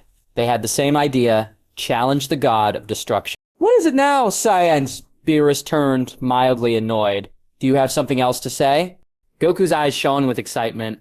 Lord Beerus, we've heard you're incredibly powerful. We'd love to spar with you. For Goku and Vegeta, meeting a powerful opponent like Beerus was an opportunity they couldn't pass up. Vegeta especially wanted to redeem himself after his defeat to Goten. Wow, it's been a while since I heard something so foolish, Beerus said, sarcasm dripping from his voice. You think you can challenge me? How amusing! To Beerus, Goku and Vegeta were ants, entertaining but ultimately insignificant. The only one who gave him pause was Goten, quietly enjoying his meal. Don't get too full of yourself, Vegeta snapped, pride bristling. Just because you're a god doesn't mean you can easily defeat us. Beerus' eyes narrowed, anger flickering across his face. Comparing him to Supreme Kai was an insult he wouldn't tolerate. Tot! These fools are more ignorant than I thought, Beerus muttered to Whis. They clearly have no respect for gods. I'll teach them a lesson. Whis sighed, shaking his head. They're bold, Lord Beerus, but they don't understand the gravity of their actions. Challenging a god of destruction is unwise. Whis glanced at Goten again, sensing immense power radiating from him. As long as Goten stayed out of the fight, things should remain manageable. Lord Beerus, we don't mean disrespect, Goku said earnestly. We admire your strength and want to test ourselves against you. It's not every day we get to fight a god. Goku's enthusiasm was genuine. He simply wanted the thrill of a new challenge. But Beerus wasn't impressed. I don't care about your intentions. Challenging a god is unforgivable. Since you asked for it, I'll gladly put you in your place. His voice was cold, his patience wearing thin. No one had ever dared to challenge him so brazenly. Oh, if that's the case, bring it on, Vegeta smirked, but if you think you can beat us easily, you're in for a surprise. Vegeta's confidence was unshakable. This was his chance to prove himself. Tusk, you two are the most arrogant mortals I've ever met, Beerus said dangerously. If you're eager to die, I'll happily oblige. A cold glint flashed in Beerus's eyes as he prepared to teach the Saiyans a lesson they'd never forget. Enough with the nonsense, Vegeta snapped, pride bristling. If you think you can kill us, then show me what you've got. In an instant, golden flames erupted from his body as he transformed into Super Saiyan 3. Vegeta felt confident this was just a warm-up to test Beerus's strength. A transformation? Beerus raised an eyebrow. Your power has increased, but do you really think this is enough to challenge a god of destruction? Your arrogance will be your downfall. Beerus's tone was dismissive, but there was a flicker of interest in his eyes. Vegeta was determined to prove him wrong. Fine, let me show you the true power of a Saiyan Prince. Vegeta vanished, reappearing in front of Beerus, aiming a punch at his chest. But Beerus didn't flinch. He raised a finger, effortlessly blocking the attack. Thud. What? Vegeta gasped, eyes wide in shock. He had thrown all his strength into that punch, yet Beerus had stopped it like it was nothing. Wow, that's impressive. Piccolo muttered, tense. Beerus really is as powerful as Supreme Kai said. Gohan looked stunned. To block Vegeta's attack so easily. Just how strong is he? Goku grinned. This is getting interesting. Beerus is strong, but Vegeta hasn't shown his full power yet. Is this all you've got, Saiyan? Beerus mocked. If this is your best, then crushing you will be easier than I thought. Vegeta's frustration boiled over. Don't get cocky. I haven't even started yet. With a roar, he launched a barrage of attacks, but Beerus blocked each one with a finger. This is impossible, Vegeta growled. Dysphatic, Beerus said disdainfully. If this is all you can do, I'll end this now. Arrogance without strength is fatal. Vegeta narrowed his eyes. You think this is my limit? Think again. With another roar, Vegeta's aura exploded, his muscles bulging and hair turning deep red. The ground cracked beneath him as his power surged. Super Saiyan 4? Goten muttered, eyes widening. Even Beerus looked intrigued. Now this is more interesting. Vegeta's transformation was complete. His primal form radiated power. Beerus, I'll admit, you're stronger than I expected, but now you'll see my true power. Don't beg for mercy when I'm done with you. God remarked casually, seems like he does have some reason to be confident, though not much. Piccolo and Gohan were taken aback. Vegeta had been unusually cheerful lately, likely due to unlocking this new power. The stronger he became, the safer Earth would be. Oh, incredible. Vegeta's power has improved yet again. Beerus observed, this level of strength is among the best of all mortals in the universe. If Vegeta weren't so arrogant, Beerus might have considered training him as a potential god of destruction candidate. But Vegeta's pride grated on him. He needed to be taught a lesson. Hey Beerus, are you scared of my Super Saiyan 4 form? Vegeta smirked, shooting a glance at Goten. Goten ignored him, feeling both Vegeta and Beerus were insects. He could erase them with a thought. Their power was beyond comprehension. I'll admit, I'm surprised by your strength, but your arrogance far exceeds it, Beerus scoffed. Let's see if you can maintain that attitude after the beating you're about to receive. You talk big. If you're really that strong, then prove it. Vegeta vanished, surging toward Beerus with incredible speed. He unleashed a devastating punch, believing it would take Beerus down. Just another frog at the bottom of a well, blind to the universe's vastness, Beerus said, raising his hand. Snap. He caught Vegeta's punch effortlessly, his expression indifferent. Vegeta's eyes widened in shock. No, impossible. How can this bastard still block my attack? Vegeta was dumbfounded. Beerus countered him without effort, and he wasn't even trying. "Is this the extent of your strength? Pathetic," Beerus said coldly. "All that arrogance, and for what? Turns out you're nothing special." Beerus considered giving Vegeta a real fight, but his arrogance disgusted him. Instead, he wanted to be rid of this self-important Saiyan. As soon as he finished speaking, Beerus raised his palm toward Vegeta's face. The moment he uttered a single word, Hakai, Vegeta would cease to exist. "Stop getting carried away, you bastard. Don't think I'll be so reckless next time. I wasn't ready just now and didn't use my full strength." Vegeta's anger flared at Beerus's arrogant tone. He knew Beerus was stronger, as Supreme Kai had warned, but he refused to be dismissed by this cat-like god. "Yeah? Then you'd better unleash something stronger next time. Otherwise, I'll destroy you without hesitation."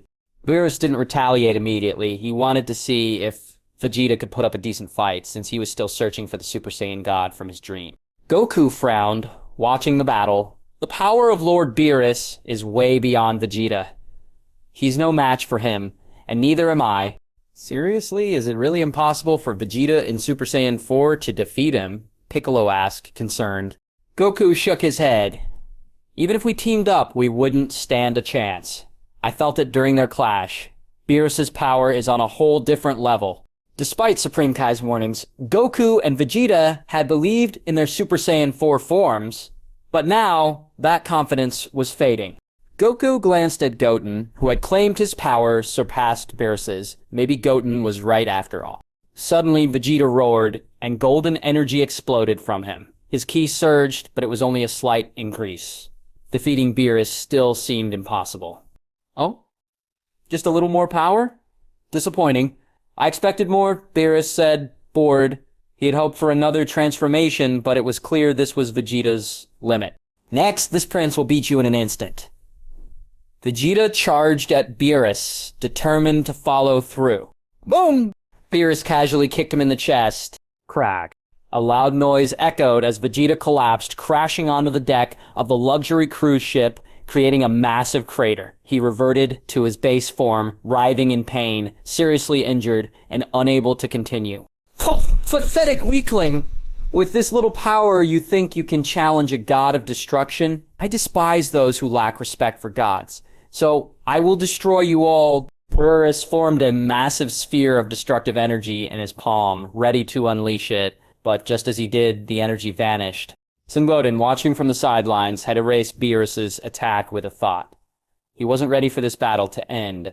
Vegeta's arrogance might warrant punishment, but Goten wouldn't let Earth be destroyed so easily.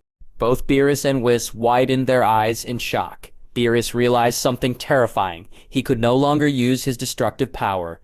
"Whis, what's going on? Why did my destructive power just vanish? I can't mobilize it." Beerus's face twisted in horror. This had never happened in all his billions of years as a god of destruction. He tried to tap into his destructive energy again, but it felt completely disconnected from him. Panic surged within him. He turned to Whis, desperate for answers. "Who the hell is that guy? He looks like an ordinary mortal. Does he have Zeno's power? That's impossible."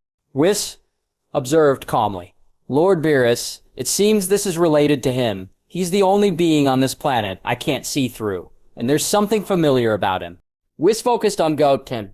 Goku and Vegeta were strong, but they couldn't make a god of destruction's power disappear. Only someone like the Grand Priest or Zeno could do that. Beerus clenched his fists, but who the hell is he?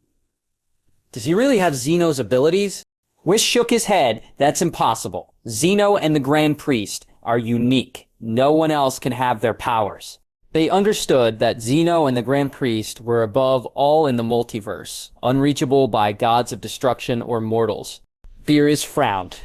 "What should we do now? Are you going to confront him?" If Dune was the cause of his lost power, he wielded an incredible force stronger than a god of destruction, or even an angel. Whis lowered his voice. "We should leave immediately and inform Lord Zeno and the Grand Priest. This being is beyond our control." Beerus hesitated but nodded. "You're right, I can't believe someone like that exists, but we'll follow your lead." Just then, Goku transformed into Super Saiyan 4 and appeared in front of Beerus, blocking his path. He sensed a threat to Earth and had to stop him. Beerus narrowed his eyes. "Get out of my way, mortal. I could kill you in an instant. Just like that arrogant Vegeta." Goku stood firm. Lord Beerus, your strength is incredible. Let me experience it firsthand. He knew Beerus was far stronger, but he had to at least try to fight the god of destruction. Facing powerful foes was the only way to grow. Beerus' irritation flared. Foolish mortals who don't know their place. Whoosh. In an instant, Goku launched a relentless barrage of attacks. Whoosh. Whoosh. His speed surpassed Vegeta's, but despite thousands of strikes, he never landed a hit. Beerus dodged effortlessly. Beerus' expression darkened. Mortals had always trembled before him, yet these fools dared to provoke him. As Goku threw another punch, Beerus sidestepped and countered with a devastating blow to Goku's chest. Boom!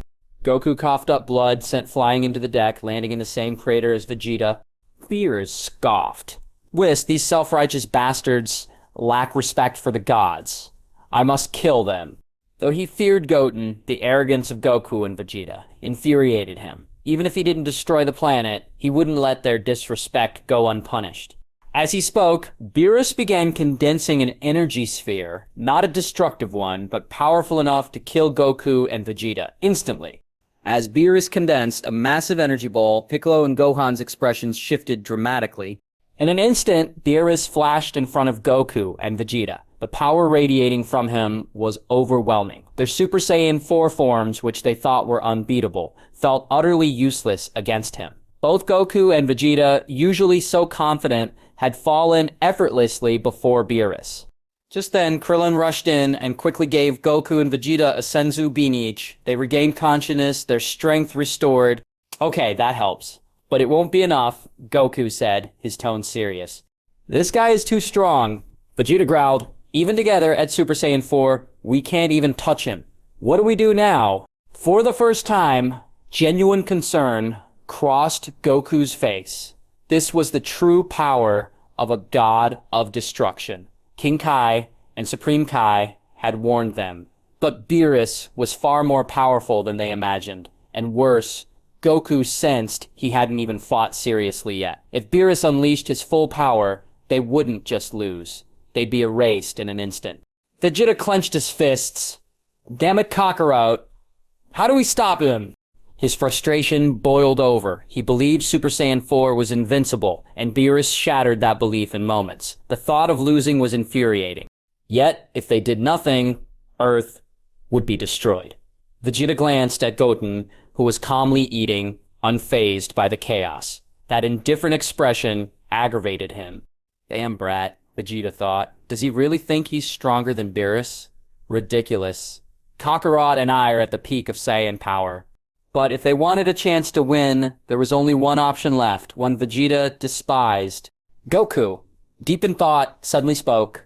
Vegeta, we're not done yet. We have one option. Vegeta turned sharply. What are you talking about? Fusion! Vegeta's eyes widened. If we fuse, whether it's Vegito or Gogeta, we'll get a huge power boost, Goku explained. If we reach Super Saiyan 4 after fusion, we might actually stand a chance against Beerus. Though Goku wasn't thrilled about merging with Vegeta, he knew it was their only shot. Fighting alone would lead to their deaths. During the battle with Majin Buu, they fused into Vegito and exceeded all expectations. If they fused now into Super Saiyan 4 Vegito, they could defeat Beerus and save Earth. But they didn't have the Potara earrings, leaving only one option, the Metamoran fusion dance. While it wouldn't create a warrior as powerful as Vegito, Gogeta would still be strong enough to compete with Beerus. When they fused in Hell, Super Saiyan Gogeta had annihilated Janemba, a foe even Super Saiyan 3 Goku couldn't handle. But Vegeta recoiled. Stop talking nonsense, Kakarot. His voice thundered with rage. I told you I will never fuse with you again. Not in this life. The fusion against Majin Buu had been humiliating for him. Sharing a body and thoughts with Goku was unbearable. Even if I die, I won't agree to something that disgraceful. Goku sighed. Vegeta, his voice softened but carried weight.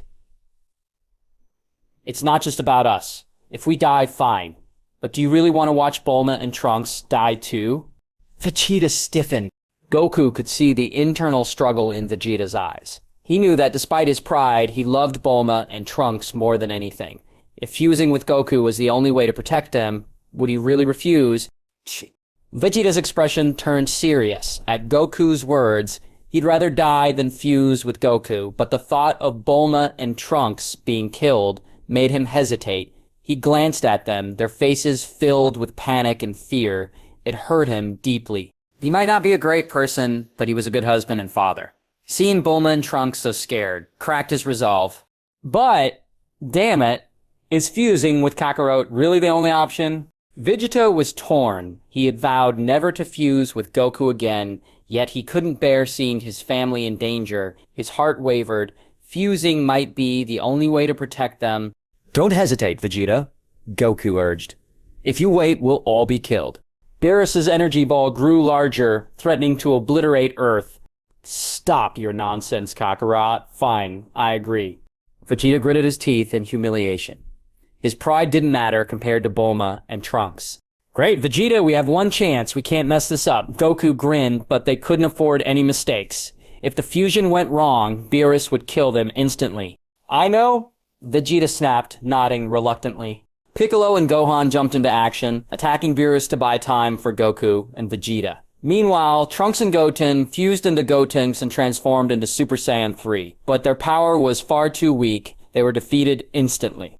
Goku and Vegeta stood side by side, performing the fusion dance. Their voices rang out in unison, and a golden light shot into the sky, forming a spiraling column of energy. Was what just happened? Beerus asked, surprised. The energy of those two vanished and formed a new one. Beerus stared at the golden glow in shock. This new energy was far stronger than either of them alone. Lord Beerus, it seems they have fused, Whis replied casually. They've definitely grown stronger. The fusion wasn't new in Universe 7, but the sheer power radiating from this fusion was incredible, close to a god of destruction. So they fused? Beerus mused, intrigued. This might actually be interesting. As everyone watched in awe, the golden light faded, revealing a new figure, Super Saiyan 4 Goku. His long red hair gleamed, and his sharp eyes radiated confidence. Yo, not bad, Beerus said, impressed. I didn't expect fusions to change you this much. Gogeta clenched his fists, energy surging through him. Beerus, I will be the one to take you down. Ignorant fool, Beerus scoffed. Do you think fusion alone makes you strong enough to challenge a god of destruction? Absurd. Gogeta smirked and vanished in an instant, appearing right in front of Beerus. Without hesitation, he unleashed a devastating punch. Beerus reacted quickly, raising his palm to block. Boom! The clash created a massive shockwave that rippled through the battlefield. The force shook Beerus and sent him flying dozens of feet away. Landing on his feet, Beerus finally showed a flicker of shock. What? How is this guy so strong? Beerus, sent flying by Gogeta's punch, looked shocked. He hadn't taken Super Saiyan 4 Gogeta seriously at first. After all, it was just a fusion of two Saiyans he deemed beneath him. But their combined power was immense. His overconfidence had let his guard down. Hey, I really didn't see that coming, Whis admitted, watching intently. After they fused, they've unleashed incredible strength. Though Gogeta's power wasn't close to Beerus's, Whis recognized him as one of the strongest warriors in the universe, yet Beerus hadn't even used his full power. This realization meant the god of destruction had underestimated Universe 7. Amazing! Dad and the others might actually win, Gohan exclaimed, eyes sparkling. His father and Vegeta had fused and transformed into Super Saiyan 4, stronger than he imagined. Don't get ahead of yourself, Gohan, Piccolo warned. Serious. Gogeta may have pushed Beerus back, but it doesn't mean we're winning. Trunks frowned. But he sent Beerus flying. Isn't that good? Piccolo shook his head. That punch only made Beerus stumble. He's just playing with Gogeta. He hasn't fought seriously yet. That single fact was telling. Gogeta's full strength had only pushed Beerus back, not hurt him. Even Piccolo, amazed by Super Saiyan 4 Goku and Vegeta, felt shaken. Their fusion wasn't the ultimate trump card he thought it would be. If Beerus fought seriously, the thought sent a chill down Piccolo's spine. He's so strong! Gogeta gritted his teeth, trying to process what had just happened. Is this the strength of a god of destruction? He had unleashed everything in that attack, yet Beerus remained unscathed. It filled him with despair. Swish! In an instant, Beerus reappeared right in front of him, smirking. So, this is your best after fusing? I'm disappointed. He shook his head. With power like this, defeating a god of destruction is impossible. Damn it! Gogeta clenched his fists. Don't get cocky. I'm far from done. I will defeat you. Beerus' mocking tone stung. Every other time he had fused, victory was assured. But now, the gap felt unbearable. Unwilling to accept defeat, Gogeta shot forward, pushing his speed and strength to the limit with a barrage of punches. Swish! Swish! The air crackled with each strike, but Beerus dodged effortlessly. As I thought, still too weak, Beerus scoffed. I was hoping for some fun, but this? Disappointing. The moment Gogeta threw another punch, Beerus vanished. Then, boom! A single uppercut connected with Gogeta's jaw, sending him soaring through the air. The impact jolted pain through his body. I have no choice, I have to use that move. Gogeta's expression darkened as he raised his hands, forming a massive blue energy sphere. Big Bang Kamehameha. A brilliant wave of energy surged toward Beerus. This was Gogeta's strongest attack. If this didn't work, the battle was over. Beerus sighed. You think this can harm a god of destruction? He raised a single finger. Destroy. A tiny blue beam shot from his fingertip. The instant their attacks met, boom! Gogeta's attack vanished, erased completely. Before Gogeta could react, Beerus struck again. Boom! Pain erupted through Gogeta's body. In the next moment, the fusion unraveled. Goku and Vegeta, now separated, plummeted from the sky. Everyone stood frozen in shock, mouths agape. Only Whis remained composed. Unbelievable. Super Saiyan 4 Gogeta, thought to be unbeatable, had been defeated instantly. The fusion ended prematurely, leaving him unable to fight. There was no denying it. Is this the true power of God of destruction, Beerus? He defeated Super Saiyan 4 Gogeta in an instant. Piccolo's green face darkened with fear. If Goku and Vegeta could be taken down so easily, their planet was in serious danger. Goku. Vegeta. Are you alright? Krillin and Gohan rushed over, helping them up. Worry etched on their faces. Chi-Chi looked at her husband, and Vegeta, then turned to Goten. Earlier, he claimed his strength surpassed Beerus's. She wasn't sure if she believed him, but he was their only hope now. Goten, you said your strength is greater than Beerus's, right? Chi-Chi's voice was desperate. Yes, my power is indeed greater than Beerus's, mother. Goten nodded, calm and respectful. He felt proud, but Chi-Chi was the only one he couldn't resist. Then can you help your father and the others, please? Stop Beerus. He's going to destroy our planet, Chi-Chi urged. Honestly, I wasn't planning on helping, Goten smirked. Vegeta and the others needed to learn that arrogance has a price. But since you asked, Mother, I'll step in. His smirk softened into a smile. Goten initially wanted Vegeta and the others to suffer for their pride, but if Earth was destroyed, he wouldn't know where to go next. Meanwhile, a massive energy ball formed in Beerus' palm, lacking the usual destructive aura. Goten had sealed Beerus' destructive abilities. You arrogant mortals, I'll erase you this time. A planet that disrespects the gods has no place in this universe. Beerus' voice was cold as he hurled the energy ball toward Goku and Vegeta. Panic spread instantly. Piccolo, Gohan, everyone knew they couldn't stop it. Just as despair set in. Swish. Goten blurred, appearing in front of everyone. He didn't move or lift a hand. His eyes flashed. Boom! Beerus' energy ball vanished! Do what? No way! He didn't even touch it! Beerus' eyes widened, realizing what had happened. Beerus. In another timeline, you treated me kindly. So I'll give you some advice. You should leave Earth now. Goten's voice was calm, his expression unreadable. Beerus sneered. You're full of yourself. You think you can defeat me? Ridiculous. No mortal can stand against a god of destruction.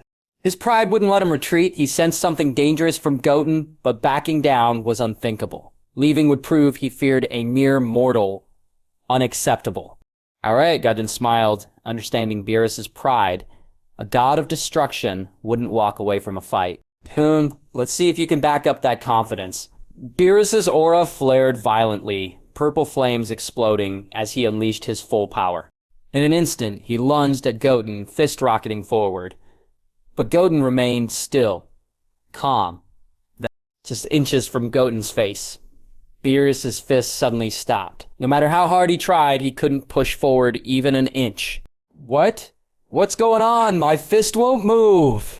Beerus was stunned, his mind racing. His fist was just inches from Goten, yet he couldn't push it forward. It felt like an invisible force was holding him back. No matter how hard he tried, he couldn't break through this barrier. In all his time as a god of destruction, he had never faced anything like this. Not even Whis could do such a thing. Whis could dodge his attacks, but this Goten hadn't even moved yet. His aura alone stopped Beerus' attack.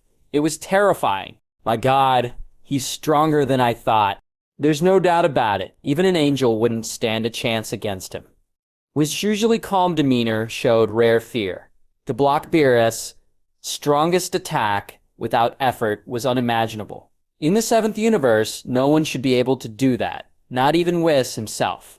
The only explanation was that Goten's power was leagues above Beerus's, perhaps even beyond an angel's imagination. Yet something about Goten's energy felt eerily familiar, but Whis couldn't pinpoint it.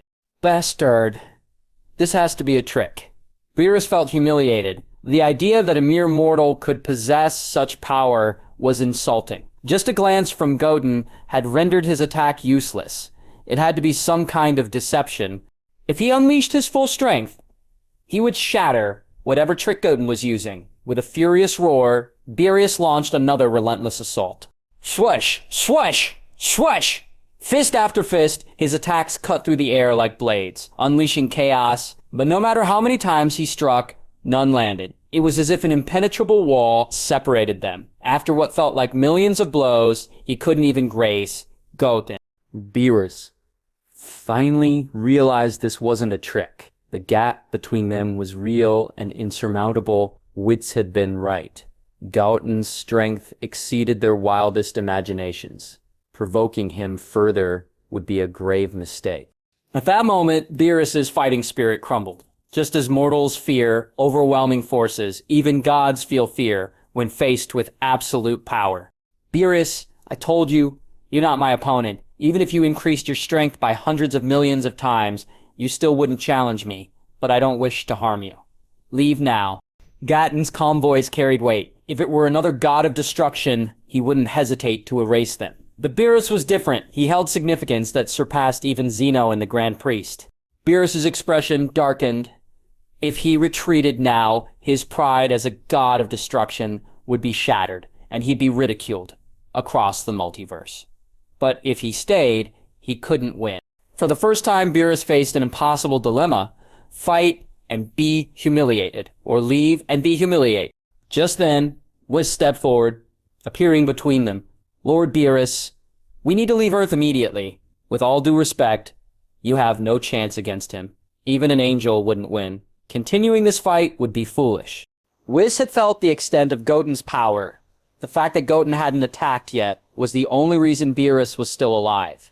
If Goten wanted him dead, he would be a lifeless corpse. Beerus struggled with the decision, his pride clashing with his fear. Meanwhile, in the Temple of Zeno, suddenly Zeno and the Grand Priest's expressions changed as shock washed over them. Grand Priest, did you just feel that? That incredibly familiar power? Zeno asked, disbelief in his voice.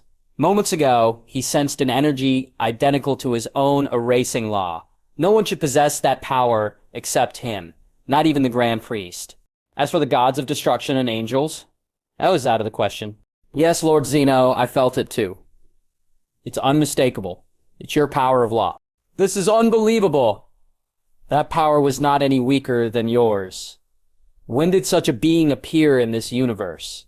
The Grand Priest's voice was grave. The energy he felt was beyond strength. It was monstrous. Only Zeno had ever wielded such power. It was impossible for a second being to possess it. Could it be we were mistaken? In this dimensional universe, who else besides me can wield the power of erasure? Zeno shook his head, rejecting the idea. The power he sensed felt identical to his own, but he couldn't accept that anyone else could control it. Impossible, Lord Zeno. If only one of us had felt it, we might dismiss it as a mistake. But since we both sensed it, it can't be a coincidence. The Grand Priest addressed Zeno seriously. If just one of them had felt that power, he might have doubted it, but they both felt the same thing. Someone had mastered the same erasure power as Zeno. Zeno's expression darkened. Whoever possessed such power was challenging his authority as the supreme god. No one else had the right to wield it. Grand Priest, find out who it is immediately. We must eliminate anyone who has gained this power. This world cannot allow a second being to control it. Zeno dropped his usual playful demeanor, speaking with unexpected seriousness. This was an insult to his rule, and if an outsider had such a law, it could spell disaster for the entire dimensional universe. Understood, Lord Zeno. I will act immediately. The Grand Priest nodded, raising his right hand. A glowing angelic staff appeared in his grip. He tapped the ground, creating a purple rift in space, and vanished through it. Zeno remained silent, his expression grim. He had no idea who had mastered his power, but they had to be destroyed. No one else could control it. Meanwhile, on Earth, after a long struggle, Beerus decided to leave. If he stayed, he might actually get killed. After hundreds of millions of years, he had no intention of meeting his end. Now, besides, Goten didn't seem intent on killing him just yet. May I know your name, sir? Whis, asked Goten, planning to report to Zeno and the Grand Priest. Knowing Goten's name would make the report more complete. My name is Son Goten. I am not from this timeline, Goten replied calmly. He didn't have much respect for Whis, but didn't find him annoying either. Whis had played a role in his growth, indirectly acting as a mentor. You're not from this timeline, that explains it. I've never sensed such divine power before. Whis nodded, realizing that Goten's overwhelming energy made sense if he came from another timeline. Let's go, Whis. Beerus turned away, bitterness in his voice. Today had been humiliating. He had come looking for a Super Saiyan god, and instead faced immense embarrassment. If Champa found out, he'd never hear the end of it. Yes, Lord Beerus, Whis nodded. Just as they were about to leave, a purple rift opened in the sky. A small figure, standing only 1.4 meters tall, emerged, Grand Priest. The moment he appeared, a cold glint flashed in Goten's eyes. Seeing this face again irritated him. He wanted to slap him just on principle. Ill Lord Grand Priest. Father! Both Beerus and Whis were stunned. Beerus' surprise quickly turned to terror. Why is the Grand Priest here? Did he sense my battle with a mortal and come to punish me? I'm doomed. Beerus feared the worst. The Grand Priest rarely left Zeno's palace, and if he had come to the 7th universe, it could only mean Beerus had broken divine law by fighting a mortal. If Zeno and the Grand Priest decided to punish him, he could be erased on the spot. His body trembled as he faced his worst fear. Lord Grand Priest, I wasn't aware of your arrival in the 7th universe. Please forgive me for not welcoming you properly, Beerus said, his voice trembling. He nervously glanced at the Grand Priest, fearing the worst. Excuse me, but may I ask why you've come to the 7th universe? Do you have any instructions for us? Beerus added cautiously. He dreaded the idea that his recent battles with mortals had drawn the Grand Priest's and possibly Zeno's wrath. However, the Grand Priest's gaze was fixed on Goten, who stood nearby. The overwhelming energy he sensed earlier, reminiscent of Zeno's, radiated unmistakably from the young mortal. Beerus, this matter doesn't concern you, the Grand Priest said smoothly. Your battles with mortals aren't forbidden by the gods. Beerus let out a quiet sigh of relief. At least he wasn't being reprimanded. But why was the Grand Priest here? Could it be because of Goten? That seemed absurd. Whis quickly pieced it together. The Grand Priest's focus on Goten suggested something extraordinary. Goten must be truly remarkable, Whis thought. Even the Grand Priest and Zeno have taken notice. In an instant, the Grand Priest appeared in front of Goten, his gentle smile unwavering. Goten wasn't fooled. He knew that smile often came from someone looking down on him. I've reviewed Whis' memories, the Grand Priest began. Your name is Goten, correct? It's a pleasure to meet you. Goten nodded. Yes, I'm Goten. Your ability to read memories is impressive. I didn't know you had that skill. The Grand Priest chuckled softly. It's a minor ability, nothing compared to your power. I'm surprised you're immortal, yet you've mastered the power of erasure, which is far beyond most. Beerus and Whis exchanged shocked glances. Could Goten have tapped into a power akin to Zeno's? The thought was thrilling, yet terrifying. You're right, Goten replied confidently. The power I possess is indeed beyond comparison. His words carried no arrogance, only certainty. In another timeline, he had absorbed the full divine power of the Grand Priest. To him, this being was no longer a threat. What? Beerus and Whis were visibly shaken. A mortal speaking so boldly to the Grand Priest was unthinkable. To Beerus and Whis, Goten's behavior was reckless. He clearly had no idea of the Grand Priest's true power. It was like a newborn calf, unafraid of a tiger, ignorant of the danger. That idiot? Beerus thought, frustration twisting his face. He's strong, but acting so presumptuously. He's digging his own grave, which shared the concern. This level of arrogance won't end well. The Grand Priest won't tolerate such disrespect. Goten's lack of reverence will be his downfall.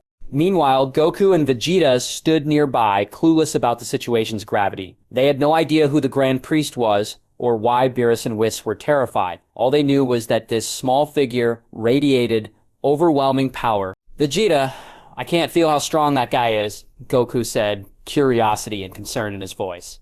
But Goten seems so confident, do you think he can really take him on? Of course he's strong, Kakarot. Look at Beerus trembling like a scared dog. That tells you everything. Vegeta snapped. Goku scratched his head, unfazed by Vegeta's tone. I was just saying, Vegeta. No need to get worked up. Piccolo chimed in. Goku, do you really think Goten is stronger than the Grand Priest? That little guy seems intimidating. Goku shrugged. I don't know, Piccolo. But Goten doesn't usually joke around. He said he was stronger than Beerus, and he proved it. Meanwhile, the Grand Priest finally spoke, his voice calm but authoritative. Goten, there's no denying that you're extraordinary. Among mortals, you stand at the top. However, your claim that you're stronger than me, misguided. He paused, his gentle smile unwavering. In this universe, there's no one stronger than me, except for Lord Zeno. That truth has held for hundreds of billions of years. It has never been challenged, and it never will be. The Grand Priest's confidence was unshakable. To him, the idea of a mortal surpassing him was not just improbable, it was impossible. The natural order simply didn't allow for it. You're really confident, Grand Priest. Do you truly believe that, apart from you and Zeno, no one is stronger than you? Goten asked, with a faint smile, his tone calm but subtly challenging. Goten understood the Grand Priest's confidence after ruling the universe for countless years. It was natural for them to feel invincible. Still, Goten felt a flicker of irritation at the Grand Priest's smug demeanor. This wasn't the same Grand Priest he had defeated before, but the urge to put him in his place again stirred within him. Goten, you are far too arrogant, Whis interjected sharply. Just because you defeated Lord Beerus doesn't mean you can speak to the Grand Priest like that. He could crush you with a single finger if he wished. No one surpasses him in this universe. Whis couldn't stand Goten's audacity. To him, the Grand Priest was not only the highest authority among gods, but also the father of all angels. Seeing a mortal like Goten dismiss him so casually was infuriating. Goten, if you value your life or the seventh universe, apologize to the Grand Priest at once, Beerus added, his face pale with fear. He knew Goten's words could provoke the Grand Priest into destroying their universe. Beerus, relax. The Grand Priest isn't as invincible as you think, Goten replied dismissively. To him, the Grand Priest was merely a minor obstacle. Ha! You are the most arrogant mortal I've ever encountered, the Grand Priest said, his laughter light but his eyes sharp. Your talent is extraordinary, but your ignorance is astounding. The Grand Priest's smile widened, revealing a dangerous glint in his eyes. Since you believe you're stronger than me, let's put that to the test. I want to see just how powerful you truly are. With that, an overwhelming surge of divine energy erupted from the Grand Priest. It was a pressure so immense that even the strongest gods of destruction would be crushed instantly. Angels, too, would struggle to withstand such force. Yet, as the pressure bore down on him, Goten remained unfazed. His expression didn't change, and his posture stayed relaxed, as if the Grand Priest's power was just a gentle breeze. What? How is he unaffected by such pressure? The Grand Priest thought, his calm demeanor faltering for the first time. Could it be that his strength truly surpasses theirs? The Grand Priest intensified his coercion, the pressure growing even more suffocating. Beerus and Whis felt their knees buckle under the weight, their faces pale and sweat forming on their foreheads. They knew if this pressure were directed at them, they would be obliterated. But Goten? He stood there, completely unbothered, his expression calm. Are you kidding me? Is this kid really that strong? Beerus muttered, trembling. For a moment, he almost believed Goten's claims, but he quickly dismissed the thought. No one could surpass the Grand Priest and Zeno. It was impossible. Whis struggled to reconcile what he was seeing. How could a mortal withstand such pressure without flinching? This is unbelievable. Just then, Goten spoke again, his tone light and teasing. Grand Priest, are you trying to tickle me? You don't seriously think this level of pressure will affect me, do you? If so, you're underestimating me far too much. Goten's words were bold, but they carried undeniable truth. With his current strength, even standing still, the Grand Priest couldn't harm him. Using mere pressure to intimidate him was laughable. The Grand Priest's calm expression finally cracked, replaced by deep concentration. Goten's strength was beyond what he had anticipated. It seemed there was no point in continuing this display of power. Perhaps it was time to take Goten to the Temple of Zeno and see just how far his abilities stretched. Mr. Goten, you're stronger than I expected. However, I only used 1/10,000th of my power just now. Your ability to withstand that pressure shows your strength. Your talent shouldn't go to waste. The Grand Priest calmed his aura as he addressed son Goten. Even though he hadn't gone all out, Goten's calm demeanor suggested he wasn't using his full strength either. Forcing the issue would be pointless. Taking him to Zeno's palace first was the best option. Beerus and Whis felt uneasy. Did the Grand Priest withdraw because he couldn't overpower Goten easily? The thought was unsettling. Could a mere mortal make even the Grand Priest hesitate? They consoled themselves, thinking the Grand Priest was simply showing restraint. That's amazing. It seems the Grand Priest doesn't have much of an advantage over Goten, Goku said excitedly. If there was a significant power gap, the Grand Priest would have pressed his advantage. The quick withdrawal meant only one thing. Goten was far too strong, possibly beyond the Grand Priest's reach. This can't be real. Kakarot's brat actually has this kind of power. He can defeat a god of destruction, and now even the Grand Priest can't touch him? Vegeta scowled, frustrated that Goten had surpassed even the gods, while his own son, Trunks, couldn't compare. Mr. Goten, if you're willing, come with me to Zeno's palace. Lord Zeno would surely make you a higher-ranking god. With your power, it would be a waste not to take your place among the divine, the Grand Priest said, his tone serious for the first time. A mortal wielding such power was unprecedented. Sorry, but I'm already the strongest god across all universes. I don't need Zeno's acknowledgement or yours, Goten replied flatly. In another timeline, he had eliminated Zeno, the Grand Priest, and even the dragon god Zalama. Here, he was the ultimate being. Goten, don't be so arrogant. Just because I withdrew my strength doesn't mean I fear you. I thought it would be a waste to kill you. So don't think you can talk down to me. The Grand Priest's expression darkened. This mortal was becoming insufferable. If Goten continued to defy him, the Grand Priest wouldn't hesitate to unleash his full power and erase him completely. Goten, however, thought for a moment. Honestly, I've got nothing better to do. These idiots on Earth don't appreciate me. Might as well go to Zeno's palace for some fun. Teaching Goku and Vegeta was pointless. They were too stubborn. Looking at the Grand Priest, Goten smirked. Alright, I was just messing with you. No need to get so worked up. I'll go with you to Zeno's palace. I kinda miss that little guy, Zeno. Silence! Beerus nearly collapsed. What? He actually knows Lord Zeno? And he just called him little guy? Beerus felt his worldview shatter. This mortal was insane. First, he provoked the Grand Priest without fear, and now he had the audacity to refer to Zeno, the supreme ruler of existence, as a little guy. Even Whis wore a grim expression. Goten's arrogance was beyond comprehension.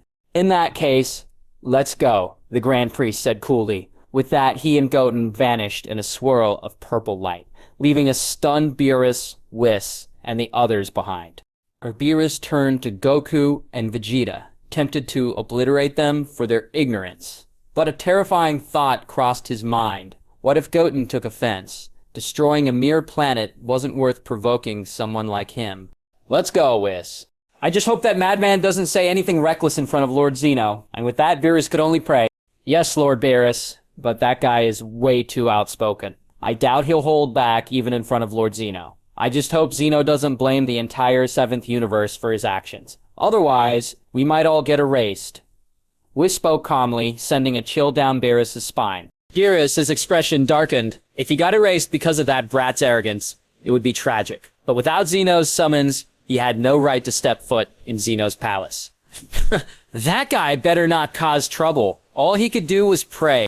With that, he and Whis left the 7th universe. Meanwhile, Goku and Vegeta remained on the cruise ship, confusion written on their faces. They couldn't wrap their heads around what had just happened. Who was the Super Saiyan God? Who was the Grand Priest? And how strong was Son Goten? Goku, do something! Find a way to save Goten. Chi-Chi stepped forward, worry etched on her face. Even though the Goten they saw wasn't her real son, he was still Goten. As a mother, she couldn't help but be concerned. Sorry, Chi-Chi, I want to help Goten too, but I have no idea where the Grand Priest took him. I can't sense their ki anymore. Goku shook his head in frustration. It wasn't that he didn't want to help, he just couldn't. The Grand Priest has divine ki, which I can't detect without sensing them. Instant transmission is useless. What's there to worry about? That guy was so arrogant. Maybe he can handle this. People with attitudes like his need to be put in their place. Vegeta scoffed, crossing his arms. Chi-Chi was instantly angered. Vegeta, cut it out. Goten's arrogance is nothing compared to yours. And remember, this mess started because of you and Goku. If you two hadn't challenged the God of Destruction, none of this would have happened. And if Goten hadn't stepped in to save you, you'd both be dead.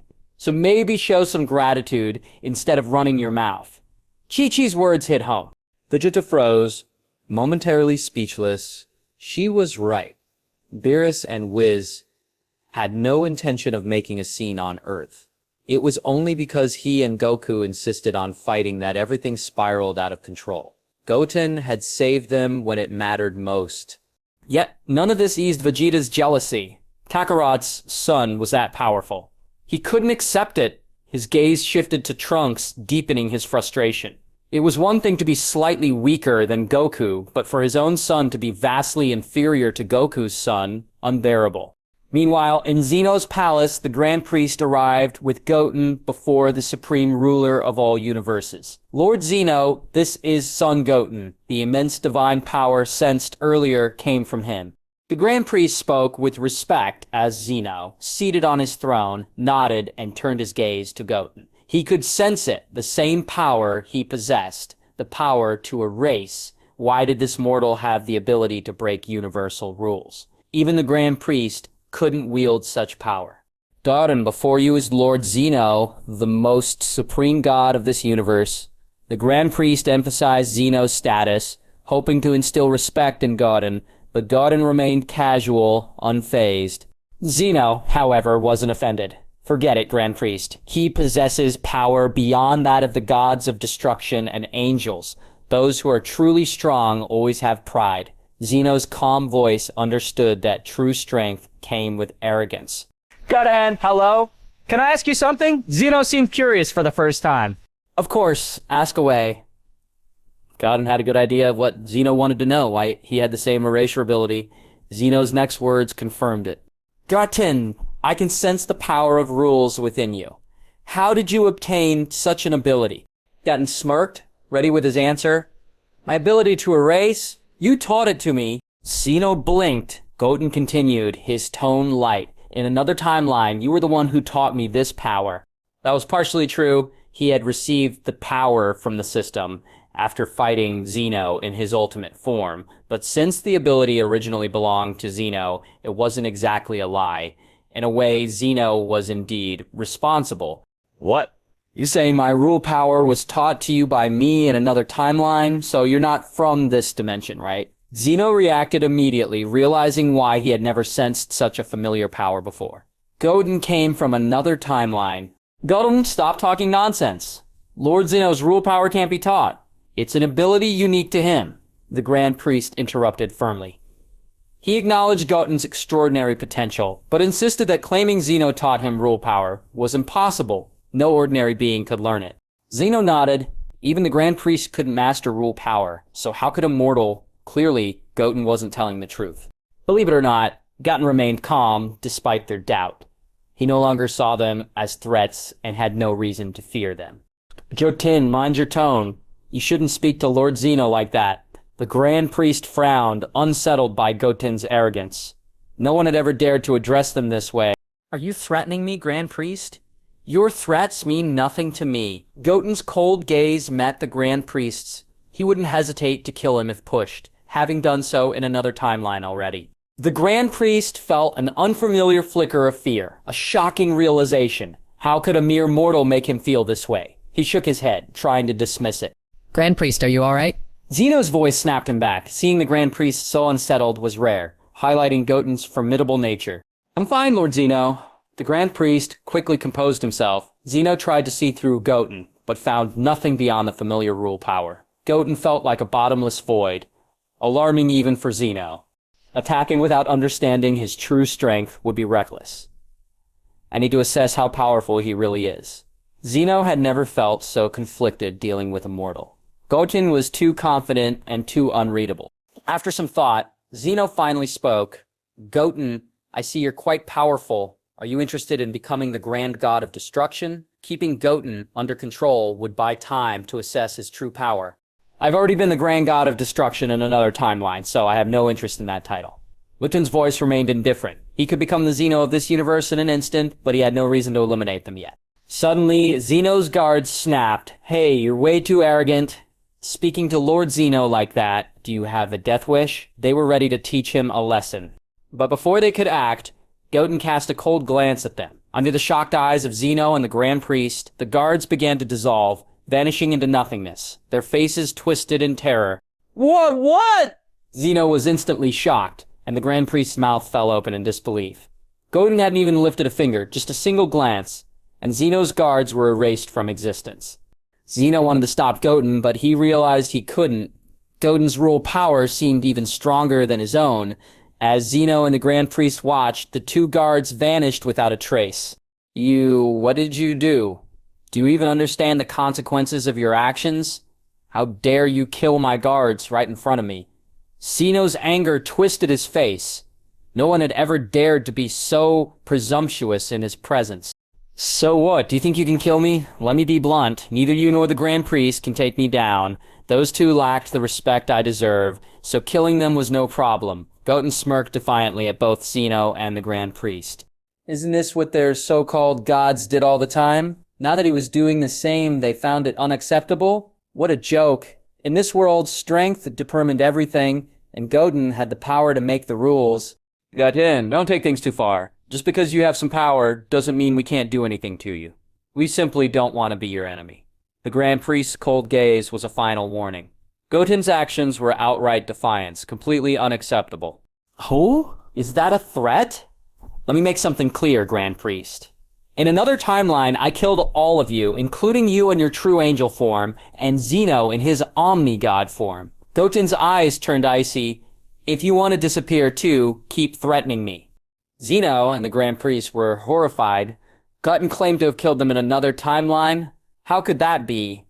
They were the supreme gods of the universe. No one could kill them.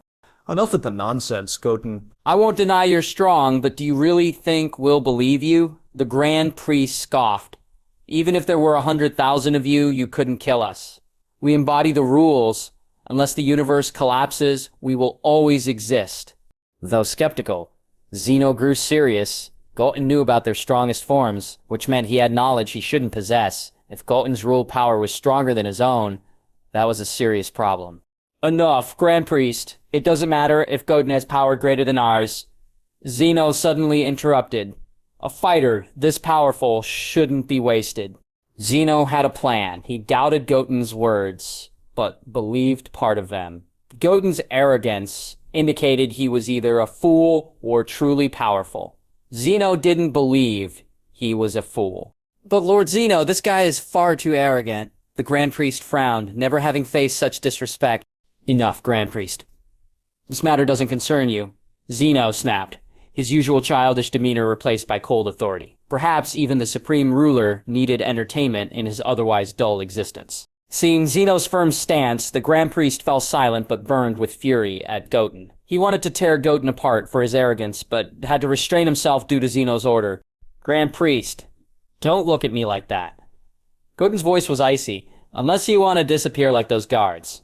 The Grand Priest's expression darkened, but he remained silent, knowing Zeno had ordered him to stand down. Zeno's tone softened. Goten, I don't care if what you said is true. I can overlook your disrespect, because your strength is undeniable. You are a genius, and it would be a shame to see such talent wasted. Zeno paused before continuing. If you agree, I will grant you the highest divine rank below myself, but you must revive my 2 guards. Zeno had chosen to compromise. With the guards gone, he couldn't complete his Omni-God form. If Goten could kill them in this timeline too, that risk was too great. Plus, Zeno needed powerful warriors for an impending crisis. Oh? Goten smirked. The great supreme god is compromising with me? How interesting. Since you're showing sincerity, I'll forgive your previous recklessness. For all his arrogance, Goten knew there was no need to kill Zeno or the Grand Priest. They no longer posed a threat. Besides, he wanted to avoid another battle that could destroy this timeline. The Grand Priest gritted his teeth in frustration. Goten's arrogance was unbearable, but he could do nothing as Zeno had yielded. Then, revive my guards first, Zeno said. Goten nodded. With a single thought, Zeno's 2 guards began to reappear, restored as if time itself were reversing. But their expressions were different. Pure terror replaced their arrogance. Goten sneered. Remember this, you two. If you ever dare speak to me like that again, I'll make sure you disappear for good. The guards trembled, nodding hastily. This time, they wouldn't defy him. For the first time in history, Zeno and the Grand Priest had been utterly humiliated. Their dominance over the multiverse had been shattered. With a dismissive wave, Goten turned.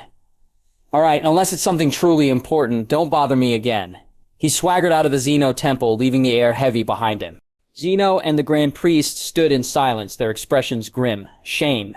Absolute shame. They had never been treated like this, and this humiliation would not be forgotten. After leaving Zeno's temple, Goten headed straight for the Supreme Kai's world. When he arrived, Supreme Kai and Elder Kai paled, fear etched on their faces. What are you doing here? Elder Kai stammered, trembling. This was the same Goten who had easily defeated Beerus and faced the Grand Priest without fear. Goten chuckled. Relax, Lord Supreme Kais. In another timeline, we had a pretty good relationship. You helped me a lot. His tone was calm and friendly. So don't worry, I won't hurt you. Some beings he held in contempt, but Beerus and the Supreme Kais were different. Without them, he might never have reached this level of power, and for that, he owed them respect. After hearing Goten's words, the old Supreme Kai and the others finally breathed a sigh of relief. This guy's strength was terrifying.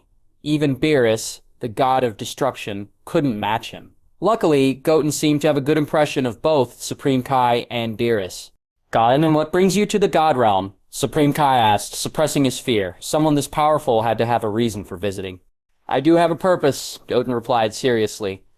I came to borrow your space-time ring. I want to return to my universe, but my ability to teleport has disappeared. I hope to use the ring to get back to my timeline. During his last battle with Zeno and Zilama, Goten's 6 space-time rings vanished. He wasn't sure when they disappeared, but losing them might be why he could no longer teleport. What? Goten, that's unacceptable. The space-time ring is a Supreme Kai treasure.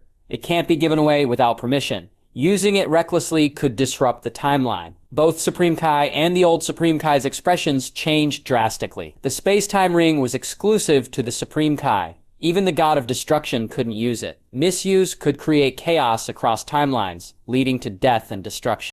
Lord Supreme Kai, I respect you because you saved my life in another timeline. But I'm not asking for permission. I'm here to take the space-time ring, Goten said coldly. The old Supreme Kai trembled under Goten's icy gaze. He knew that if Goten wanted to kill them, it would be effortless. But if they handed over the ring, neither Beerus nor Zeno would forgive them. They could even be erased for such negligence. Are you afraid of Zeno? Don't worry, I just killed Zeno's guards at the temple. They should know my strength by now. Forget Beerus. Even Zeno can't control me. Goten said casually, What? Even Lord Zeno can't stop you. The old Supreme Kai was shocked. He knew Zeno was above even the god of destruction, capable of erasing entire universes with a thought. And now, Goten claimed to have killed Zeno's guards. Looking at Goten's unwavering expression, the old Supreme Kai believed him. Goten had shown arrogance even in front of the Grand Priest. He was more than capable of such feats. But could a Saiyan hybrid really have surpassed Xeno? After some hesitation, the old Supreme Kai clenched his teeth. All right, take the space-time ring. They had no way to stop Goten. Whether he was bluffing or not, no one in the Supreme Kai realm could stand against him. Refusing him could mean death. Supreme Kai Shin, not fully grasping the situation, followed suit and handed over 5 space-time rings to Goten. Thank you for your cooperation, Goten said. Don't worry, I'll tell Xeno this has nothing to do with you. With that, he slipped the rings onto his fingers and waved his hand, creating a dimensional portal. Stepping forward, he vanished. But when he reappeared, he was back on Earth. What? How is this happening? I clearly left this timeline, so why am I back? Goten frowned, sensing the familiar keep of Goku and Vegeta. He had definitely left this timeline. So why had he returned? So, I still can't go back? Even with the Supreme Kai's space-time ring? Goten frowned tightly. He had assumed the ring would allow him to return to his own timeline, but it seemed he was stuck here for now. With no other choice, Goten sought out Goku and the others. Goten, are you okay? We were worried when the Grand Priest took you away. Goku's expression eased upon seeing his son unharmed. I'm fine. No one in this world can hurt me. Goten spoke confidently. He had the strength to back it up, having killed Xeno's guards right in front of them. You really are amazing, kid. Much stronger than I ever imagined. It looks like what you said before was true. Vegeta and I are just frogs in a well, compared to you. We thought Super Saiyan 4 was the peak, but after what we've seen today, we realize how foolish we were. Goku chuckled, helplessly, shattering their illusion of strength. You don't need to belittle yourselves. Super Saiyan 4 proves your talent and strength. Goten smiled reassuringly. Goten, it's good to see you're safe. Your mother was worried about you. Chechi ran over with concern. By the way, how strong are you now? Have you reached a higher form of Super Saiyan? Dad and I are really curious about your power. Can you show us? Gohan asked eagerly. Yeah, Goten, we're all really interested. Can you show us just a little? Goku clenched his fist excitedly, and even Piccolo and Krillin shared the same anticipation. All right, since everyone wants to see, I'll show you. But don't be too shocked. Vada nodded, then clenched his fists. Swoosh! A terrifying surge of energy exploded from him. In the next second, Goten's hair turned silver and flowed down to his hips, his upper body covered in silver fur. It resembled Super Saiyan 4, but was entirely different. This was Super Saiyan 5. Even at this stage, his power was unprecedented. A simple stomp could shatter a universe. It's terrifying. Is this Goten's true power? It feels like an endless abyss. Goku was dumbfounded. He had expected Goten to be powerful, but this was beyond anything he imagined. Whoosh! Suddenly Vegeta appeared in front of Goku. Kakarot, what the hell is going on? That massive energy. Is it coming from Goten? Vegeta's expression was rigid. He hadn't expected Goten's power to be at such an absurd level. Yeah, Vegeta, that's Goten's power. And I don't even think he's using his full strength, Goku replied seriously. Are you kidding me, Kakarot? You're saying this isn't even his full strength? The gap between us and him is just ridiculous. Vegeta clenched his fists tightly, feeling the heavy blow of Goten's overwhelming power. It was monstrous. Don't be so surprised, Vegeta. This isn't even my real power. What I'm showing you now is less than 1/1000th of my full strength. My ultimate power isn't just about transforming into a Super Saiyan. It's about mastering the fundamental rules of an entire dimensional universe. With just a thought, I can erase an entire universe without lifting a finger. That's the power of rules. And I have complete mastery over it. Goten spoke calmly, watching Vegeta's face twist with disbelief. He wasn't boasting, just giving Vegeta a necessary wake-up call about the beings far beyond his comprehension. What? The power of rules? You mean you can erase a universe without fighting? Piccolo and Krillin gasped, unable to fathom Goten's description. If he truly had that kind of power, what did their battles even mean? Goten, are you serious? Goku asked urgently. You really have that strength? Does that mean you're invincible in your timeline? It's true, Goten replied. In another dimension, I defeated Xeno and the Grand Priest, the strongest beings in existence. That makes me the strongest god. His words sent shockwaves through the group. If he wanted to, Goten could take down the Grand Priest and Xeno here. but he had no interest in ruling. His only goal was to return home to his mother, Videl, and his son. He just hoped the collapse of the dimensional universe hadn't affected his home. Good? You're saying Saiyans can become gods? Vegeta asked, curiosity mixed with disbelief. Of course, Goten answered. You both evolved through the Saiyan bloodline, but in some timelines you pursued divine ascension, known as Super Saiyan God. My power far surpasses that.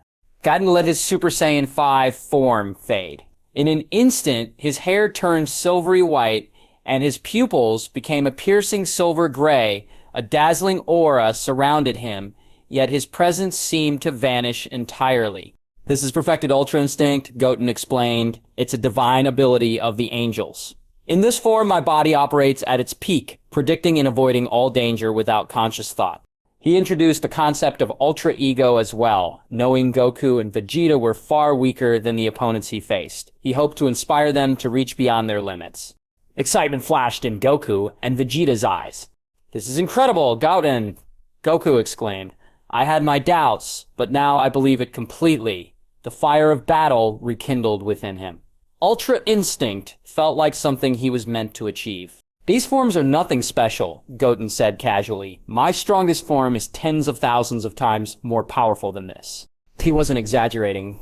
The full race god transformation was leagues beyond anything they had seen, but he didn't want to draw attention from Zeno or the Grand Priest of this timeline. Goku took a deep breath, determination in his eyes. Goten, could you teach me Ultra Instinct? He asked. For most fathers, asking their son for training would be embarrassing. But not for Goku. Strength mattered most, and he didn't care who his teacher was. After hearing Goku's words, Vegeta couldn't stay silent any longer. He had finally reached Super Saiyan 4 and caught up to Goku. If Goten trained Goku now, Vegeta would be left behind again, and that was unacceptable. Kakarot, if you want to train with Goten, I won't allow it. I refuse to let you surpass me. Vegeta shouted, a hint of embarrassment on his face. Vegeta, what does my training have to do with you? If you want to learn, ask Goten yourself, Goku countered. You can't stop me from getting stronger. There are countless warriors out there who outclass us. If we don't improve, what happens if the next enemy is as strong as Lord Beerus? Earth would be doomed. Vegeta scowled, wanting to argue, but Goku had a point. He wanted to learn from Goten too, but his pride made it tough to ask. He had looked down on Goten before, and not asking him for training felt humiliating. But if he didn't learn, Goku would leave him behind again. Come on, Vegeta. Let's train with Goten, Goku urged. Don't you want to be truly strong? Super Saiyan 4 isn't our limit. Goten's transformations are on a whole different level. If we could learn even one, we'd reach new heights. Vegeta's frustration grew. His pride told him to reject the idea, but his instincts urged him to seize the opportunity. After a moment of hesitation, he clenched his teeth and turned to Goten. Please train me, he muttered, his voice heavy with reluctance. I was too arrogant before, and I apologize. To Vegeta, those words were humiliating. Goten was just a child. Goku's son, no less. Acknowledging his strength was one thing, but asking for guidance felt unbearable. Still, if it meant getting stronger, he had no choice. But Goten simply shook his head. Vegeta, why should I train you? He said coldly. You were so full of yourself. Do you really think I'd forget that? Your arrogance pissed me off. His gaze hardened. If it weren't for Aunt Bulma, I would have killed you long ago. Now you expect me to guide your training? Don't be ridiculous. Vegeta's fists clenched. He had swallowed his pride only to be rejected and mocked. If he weren't so outmatched, he would have attacked Goten. But the power difference was too great, so he seethed in silence. Come on, Goten, Goku pleaded. Vegeta may be stubborn, but he's your elder. He's let go of his pride and asked for your help. Why won't you teach him? I said no, Goten replied firmly. You both were too arrogant before, and I have no interest in training you. I've shown you 3 transformations. If you have any real talent, figure them out on your own. He crossed his arms, his expression unwavering. I won't teach either of you. Whatever you can comprehend is up to you. Don't bring this up again. Goku stood stunned. He had only meant to convince Goten to train Vegeta, but now it backfired. Goten wouldn't train him either. He was left speechless as Goten turned away. The others, including Gohan and Piccolo, watched in silence. They had to admit Goten was being harsh, but his strength was undeniable. This Goten was different, stronger, colder, and far less forgiving. Goten, why not train me alone? You don't need to worry about Vegeta, Goku said quickly. He had wanted to plead for Vegeta, but now Goten didn't even want to teach him. Training is something you have to figure out for yourself. I didn't have guidance when I started. I pushed myself to reach this level. Goten replied calmly, still holding some resentment over Goku's past choices. Though Goku had explained why he didn't return after his death, Goten couldn't completely let it go. Training others felt like a hassle, especially with Goku and Vegeta's arrogance. Alright, let's forget it, Goku sighed, realizing Goten had earned his power through hard work. He and Vegeta would have to do the same. If Goten could reach higher levels, so could they. I have other things to do, so I'll be leaving now, Goten said, glancing at Goku and the others. He didn't care much for anyone except Chi-Chi, who he found more tolerable. With that, he vanished from Mount Paozu. When he reappeared in West City, an empty feeling crept into his heart. Even though he was with Goku and Chi-Chi, it didn't feel like home. Sigh. How do I get back now? Inside a tavern, Goten sat in silence, lost in thought. Despite his immense power, he couldn't return to his timeline or see his loved ones. The uncertainty was unbearable. Moments of peace were rare since arriving in this world. Just as he was about to leave, he sensed a familiar energy. An angel's key. An angel's key. Why would one be on Earth? And it's not Whis of Vados. Goten was surprised. If an angel came for him, it should have been Whis. But this energy was stronger than any angel he knew. Looks like this one's here for me. I'll wait.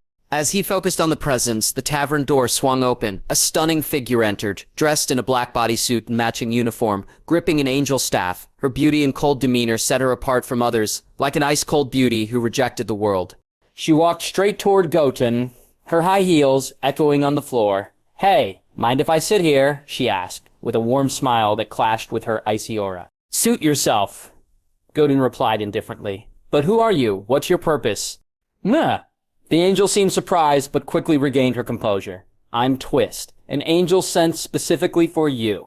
I see, Goten said, intrigued, but I'm more interested in who sent you.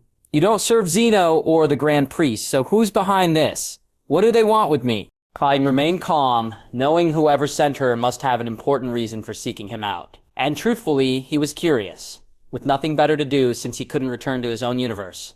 Mr. Goten, I don't know if you're aware of the person behind me. According to our investigation, you're just a mortal being. The highest gods you know are Zeno and the Grand Priest, Twist said, her voice gentle yet dripping with arrogance. To her, Goten's power didn't change the fact that he was still an ordinary mortal. Why? You sound like you look down on mortals. Zeno and the Grand Priest used to see us as nothing but insects. Goten replied, his tone flat but filled with dominance. A few decades ago, I was just a bug to them, too, but now they're beneath me. In other timelines, I've already killed them. Suddenly, the atmosphere in the tavern shifted. It felt like an abyss had opened beneath Twist, and pure fear gripped her heart. Beads of sweat formed on her forehead. Goten could end her life with just a thought. Even in front of her own mother, she had never felt such pressure. No, Mr. Goten, Twist stammered. Please don't misunderstand. I wouldn't dare look down on you. We're not like Zeno and the Grand Priest. We believe in fairness and equality, she hurriedly explained, sensing her life was on the line. Goten had no fear of Zeno or the Grand Priest. To him, she was just an insect. Don't feed me that nonsense, Goten scoffed. Angels have never seen mortals as equals. Now answer my question. You're no different from Whis and the others to me. In another timeline, I've already killed plenty of your kind. Twist's face went pale. He had killed angels. Hearing him say it so casually sent chills down her spine. I sincerely apologize for my earlier words. That wasn't my intention, she said quickly. The one I serve is the Grand Priestess, my mother. Goten raised an eyebrow. Grand Priestess? Never heard of her. If she's so important, why haven't I heard her name before? Twist was taken aback. No one had ever asked her that. The mere mention of her mother instilled reverence, and even the Grand Priest paled in comparison to her power. But here was this mortal audaciously questioning her. Fine, the Grand Priestess is the mother of all angels. She created us, unlike mortals who reproduce biologically. Whis fought us, and all the others were made by her hand, Twist explained, suppressing her humiliation. Goten nodded, processing the information. All right, I get it. Now, what's your purpose? Why are you looking for me? Let me guess, you want my help to deal with Zeno and the Grand Priest? Unless there's a worthwhile reward, I might not have the time. The surprise he initially felt was gone. The Dragon Ball universe was full of mysteries, and the stronger one became, the more powerful beings they encountered. A flicker of surprise crossed Twist's face. She hadn't expected Goten to guess her purpose so easily. This mortal was proving difficult. Not only did he have overwhelming power, but he was also sharp. Yes, Mr. Goten, she admitted. Lord Grand Priestess sent me to seek your aid. With your help, we can finally overthrow Zeno and the Grand Priest. She paused, narrowing her eyes as she gauged Goten's reaction. You were once a mortal, so you must know the feeling of being erased at will. Surely, you want revenge on Zeno and the Grand Priest. Twist spoke urgently, knowing Goten had a history with them. Goten smirked slightly. You're right, I did hate Zeno and the Grand Priest. I despised being erased so easily. But now, they're no threat to me. I could erase them both in an instant. His calm voice sent a chill through Twist. Goten's strength had surpassed theirs, and he had no reason for revenge. He had already won.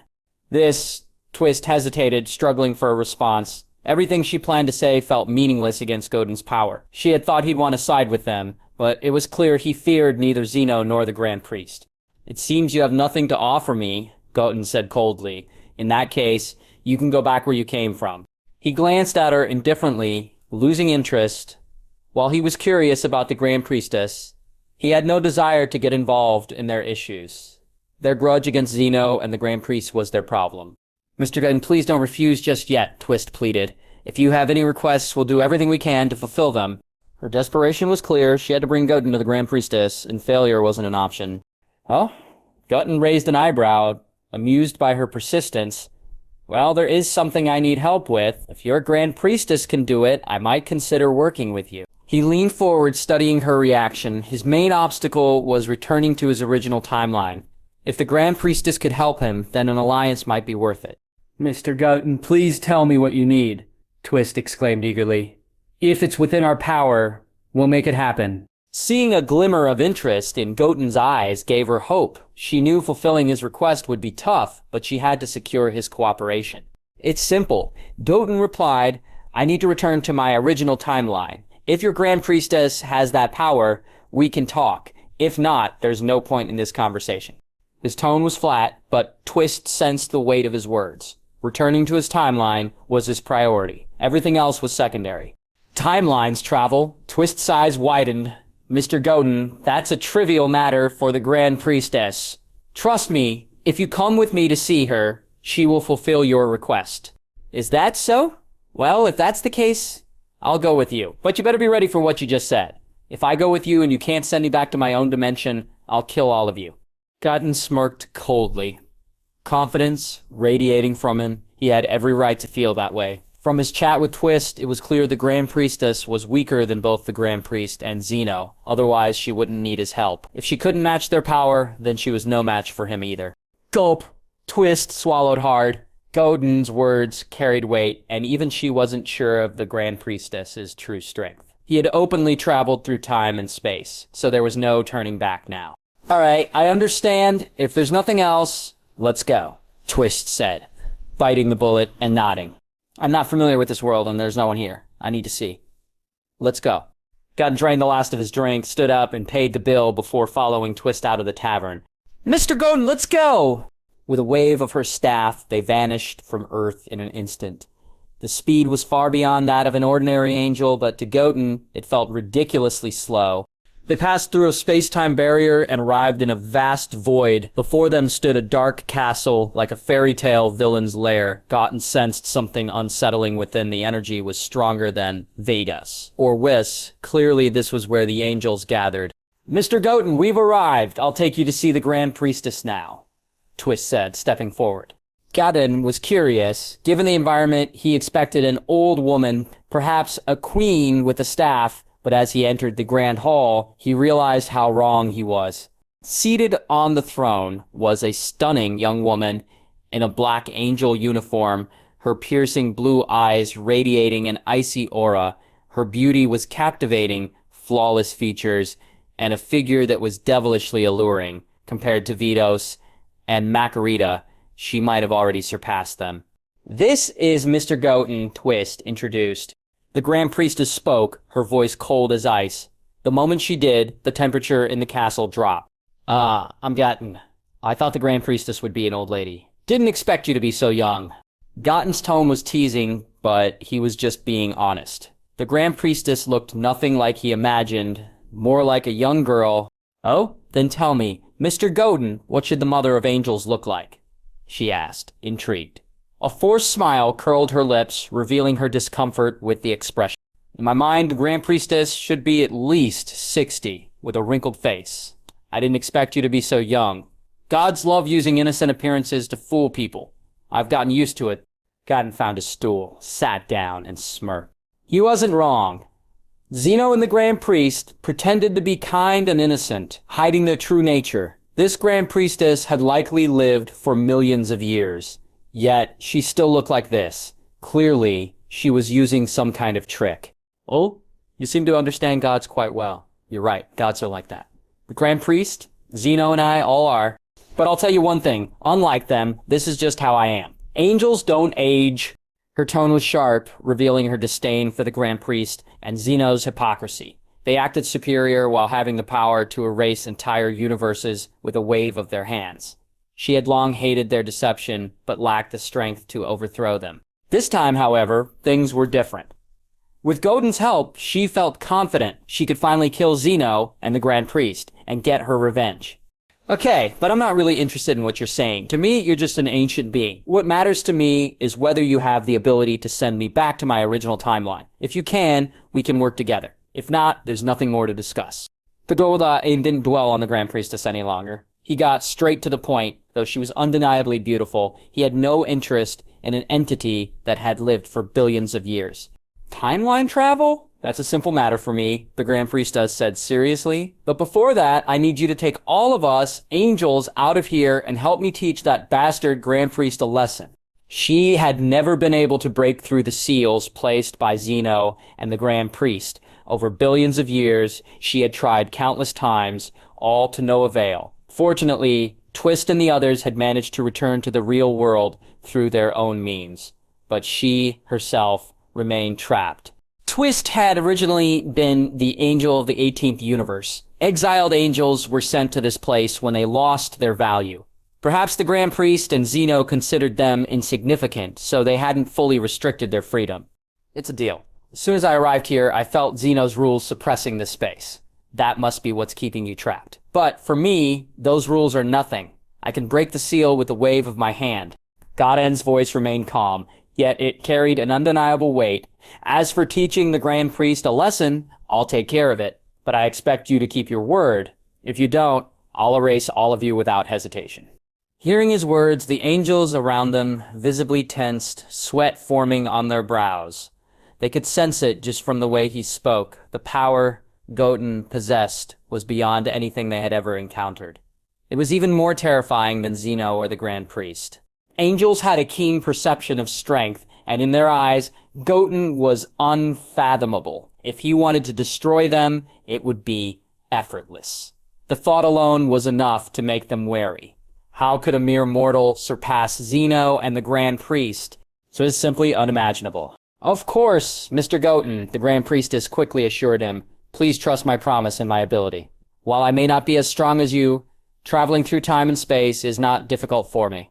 She could feel it too. Goten was dangerous. If she had any other choice, she wouldn't deal with him. But there was no alternative. If she ever wanted to leave this place, only Zeno, the Grand Priest, or someone as powerful as Goten could make it happen. Good. Make sure you keep your word. You should already know what happens if you don't. As Goten finished speaking, he lightly tapped his foot against the ground. In an instant, the dark void surrounding them changed. A silver-white energy spread rapidly, consuming the gray surroundings. Within moments, the entire space was bathed in silver light. Zeno's restrictive power vanished completely. The moment the suppression disappeared, the Grand Priestess and all the angels felt something they hadn't experienced in hundreds of billions of years. Freedom. A weight had been lifted. The relief was overwhelming. This feeling, I had almost forgotten it. The Grand Priestess exhaled, her face filled with amazement and joy. For eons, she had dreamed of this moment. Now it had finally come.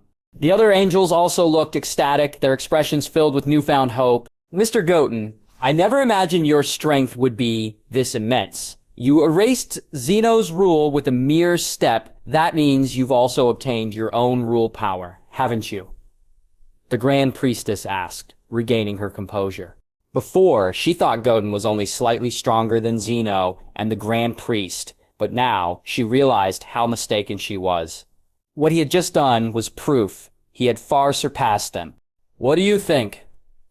Goten scoffed. Without mastery over rules, how could I ever compete with Zeno and the Grand Priest? You're smart. You shouldn't ask such dumb questions. The Grand Priestess stiffened at his words. All right. Now I'll take you to Zeno's temple. Once I give the Grand Priest the beating he deserves, you will send me back. Goten stated, Of course. Let me remind you, if you fail to keep your promise, I'll wipe out every single one of you gods. His voice was calm, but the Grand Priestess trembled nonetheless.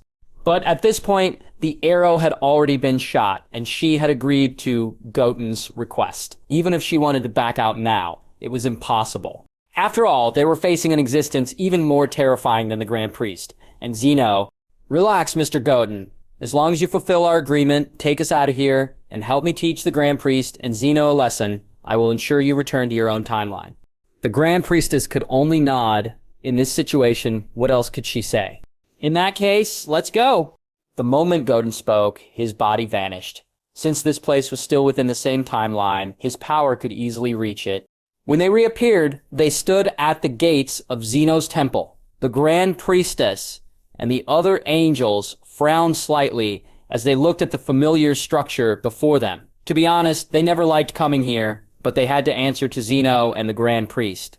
These bastards, hundreds of billions of years ago, why did they suddenly seal them away in that dark void? Especially the Grand Priest. That man was once her partner. And yet, he had sealed her away for so long. Unforgivable. The group stepped into the temple of Zeno. Zeno, the Grand Priest, had already sensed the moment the Grand Priestess and the others broke free. Now with Goten bringing them here, they immediately realized what had happened. There was no doubt Goten had broken the Grand Priestess's seal. No one else in this world could do it. As the ones who had sealed her, they certainly couldn't be the ones to undo it, which meant that Goten had done it. They had already tried to compromise with him before. But now, he had done something like this. Clearly, he wanted to fight them. Lord Zeno, the situation is turning worse. It seems Goten has unsealed the Grand Priestess. If they join forces, this could become a disaster. The Grand Priest's expression darkened. Goten alone was already powerful enough to challenge them. He could even kill them outright. And now with the Grand Priestess, even if she wasn't as strong as him, her presence made things far worse. Grand Priest, if we had just prevented all angels from accessing that place, this wouldn't have happened. This was our mistake. We were too careless.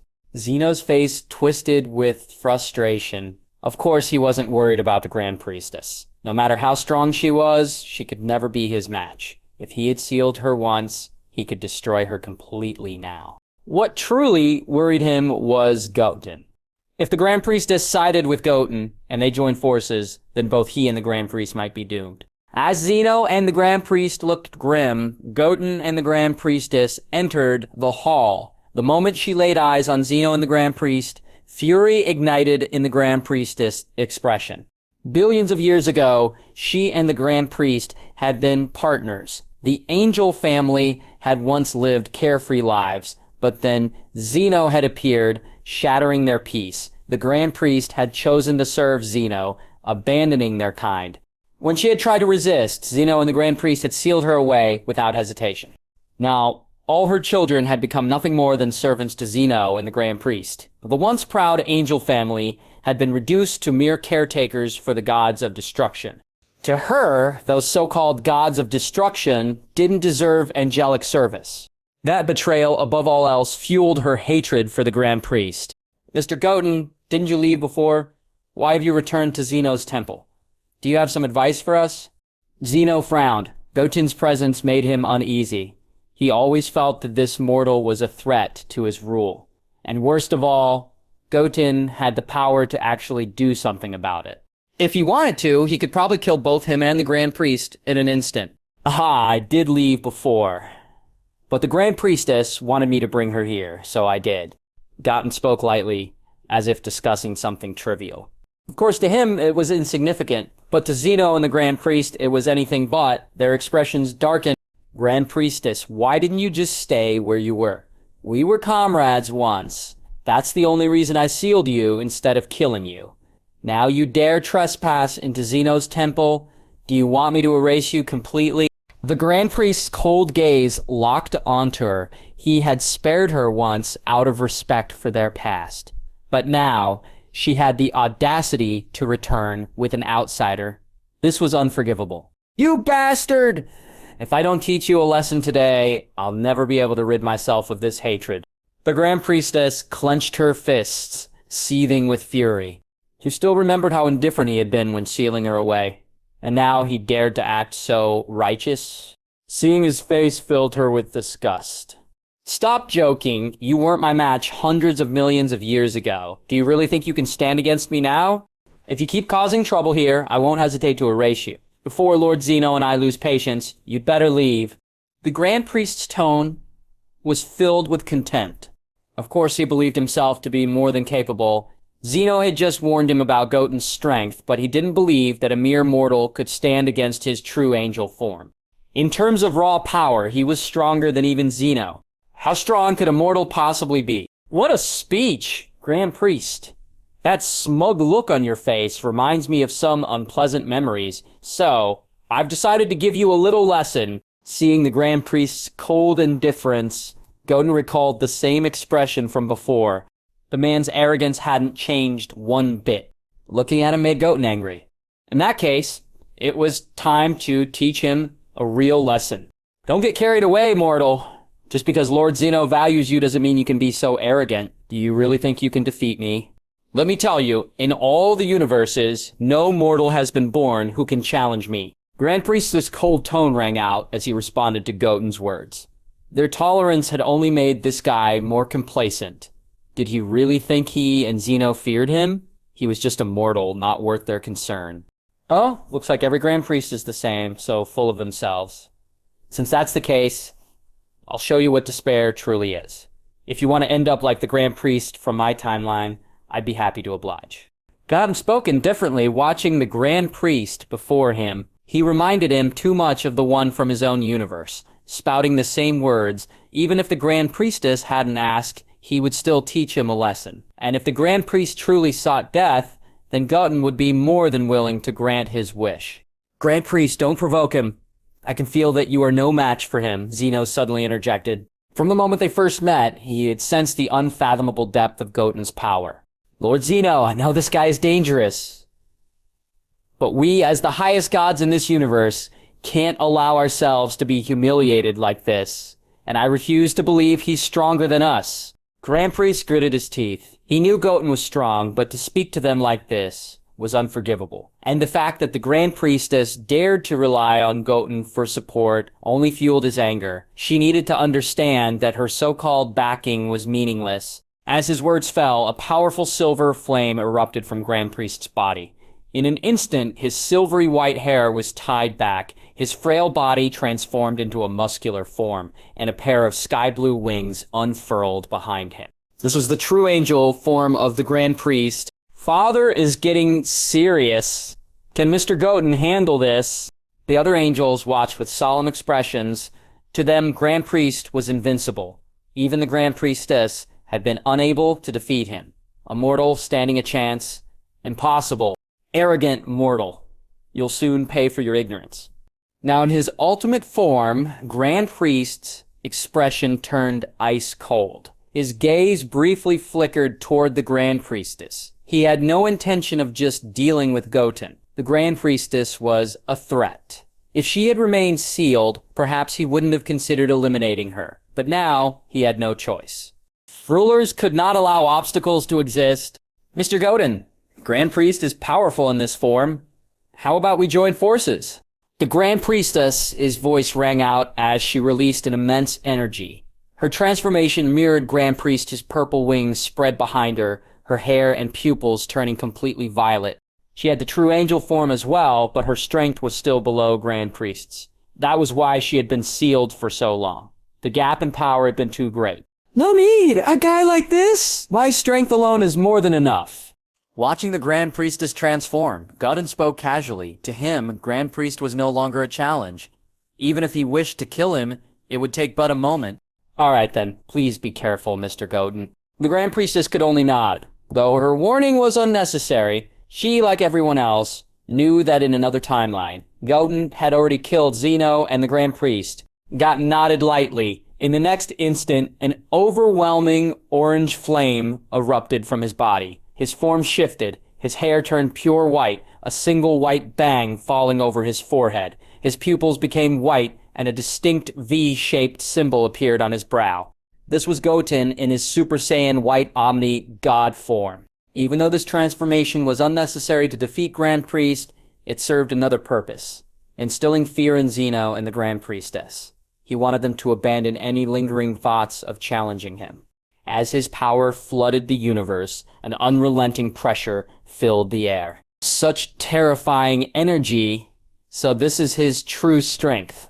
Unbelievable. No wonder he was able to defeat Lord Zeno and me in another timeline. Grand Priest stood frozen, his face slowly contorting into one of pure horror. To be honest, all Zeno knew about Goten was from rumors. He had also heard that in another timeline, Goten had killed both Zeno and the Grand Priest. However, he had never witnessed Goten's strength firsthand.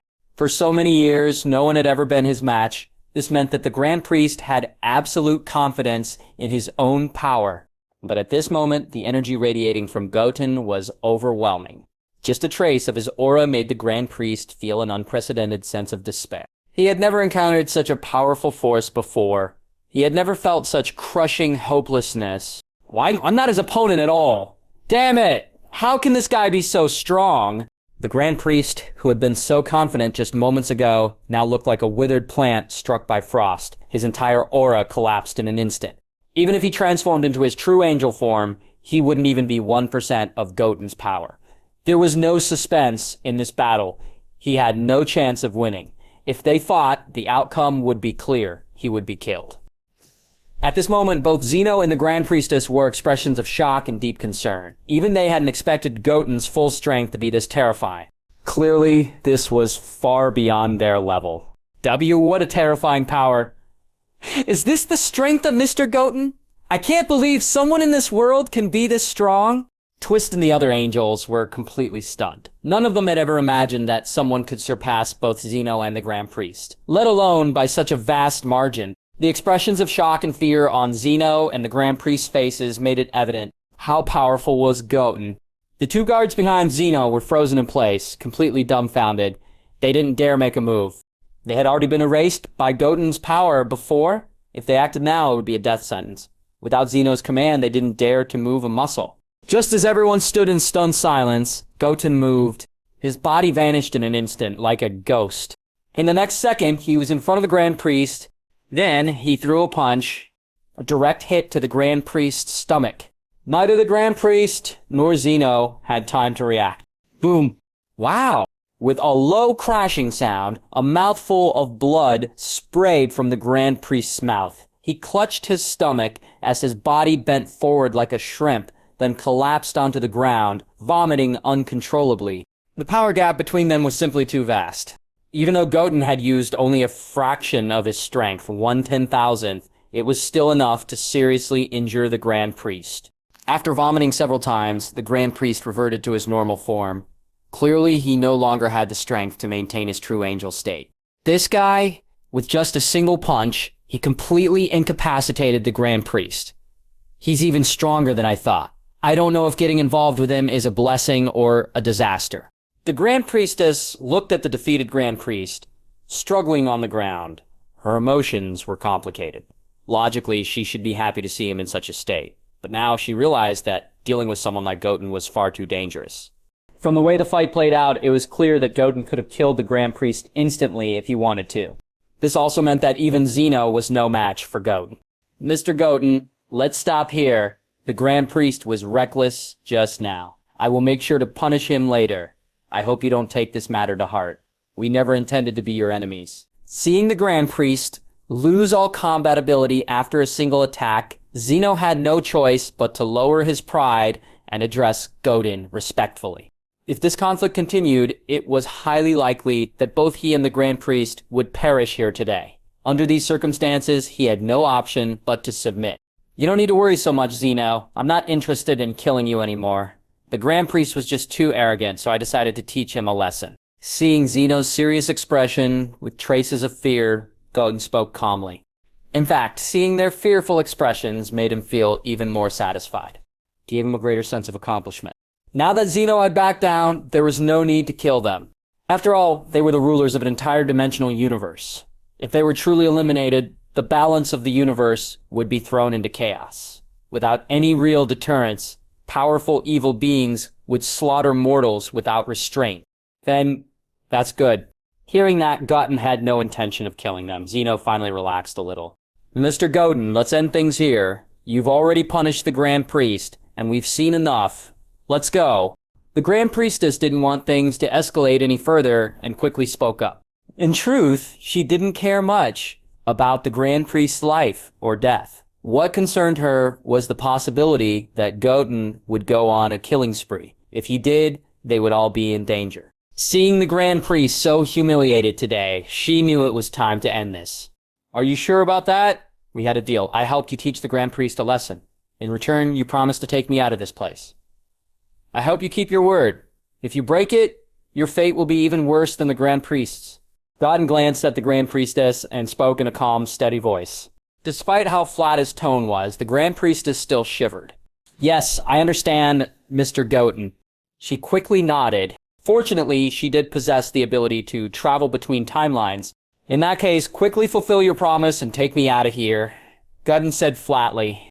Zeno and the Grand Priest of this dimension had nothing to do with him anymore. While the Grand Priest had been reckless, Goten was no murderer, so there was no need to pursue them further. The fate of this timeline was now their own concern. As for Goku and Vegeta here, their arrogance was their own problem to deal with. If they couldn't handle things, then that was their destiny.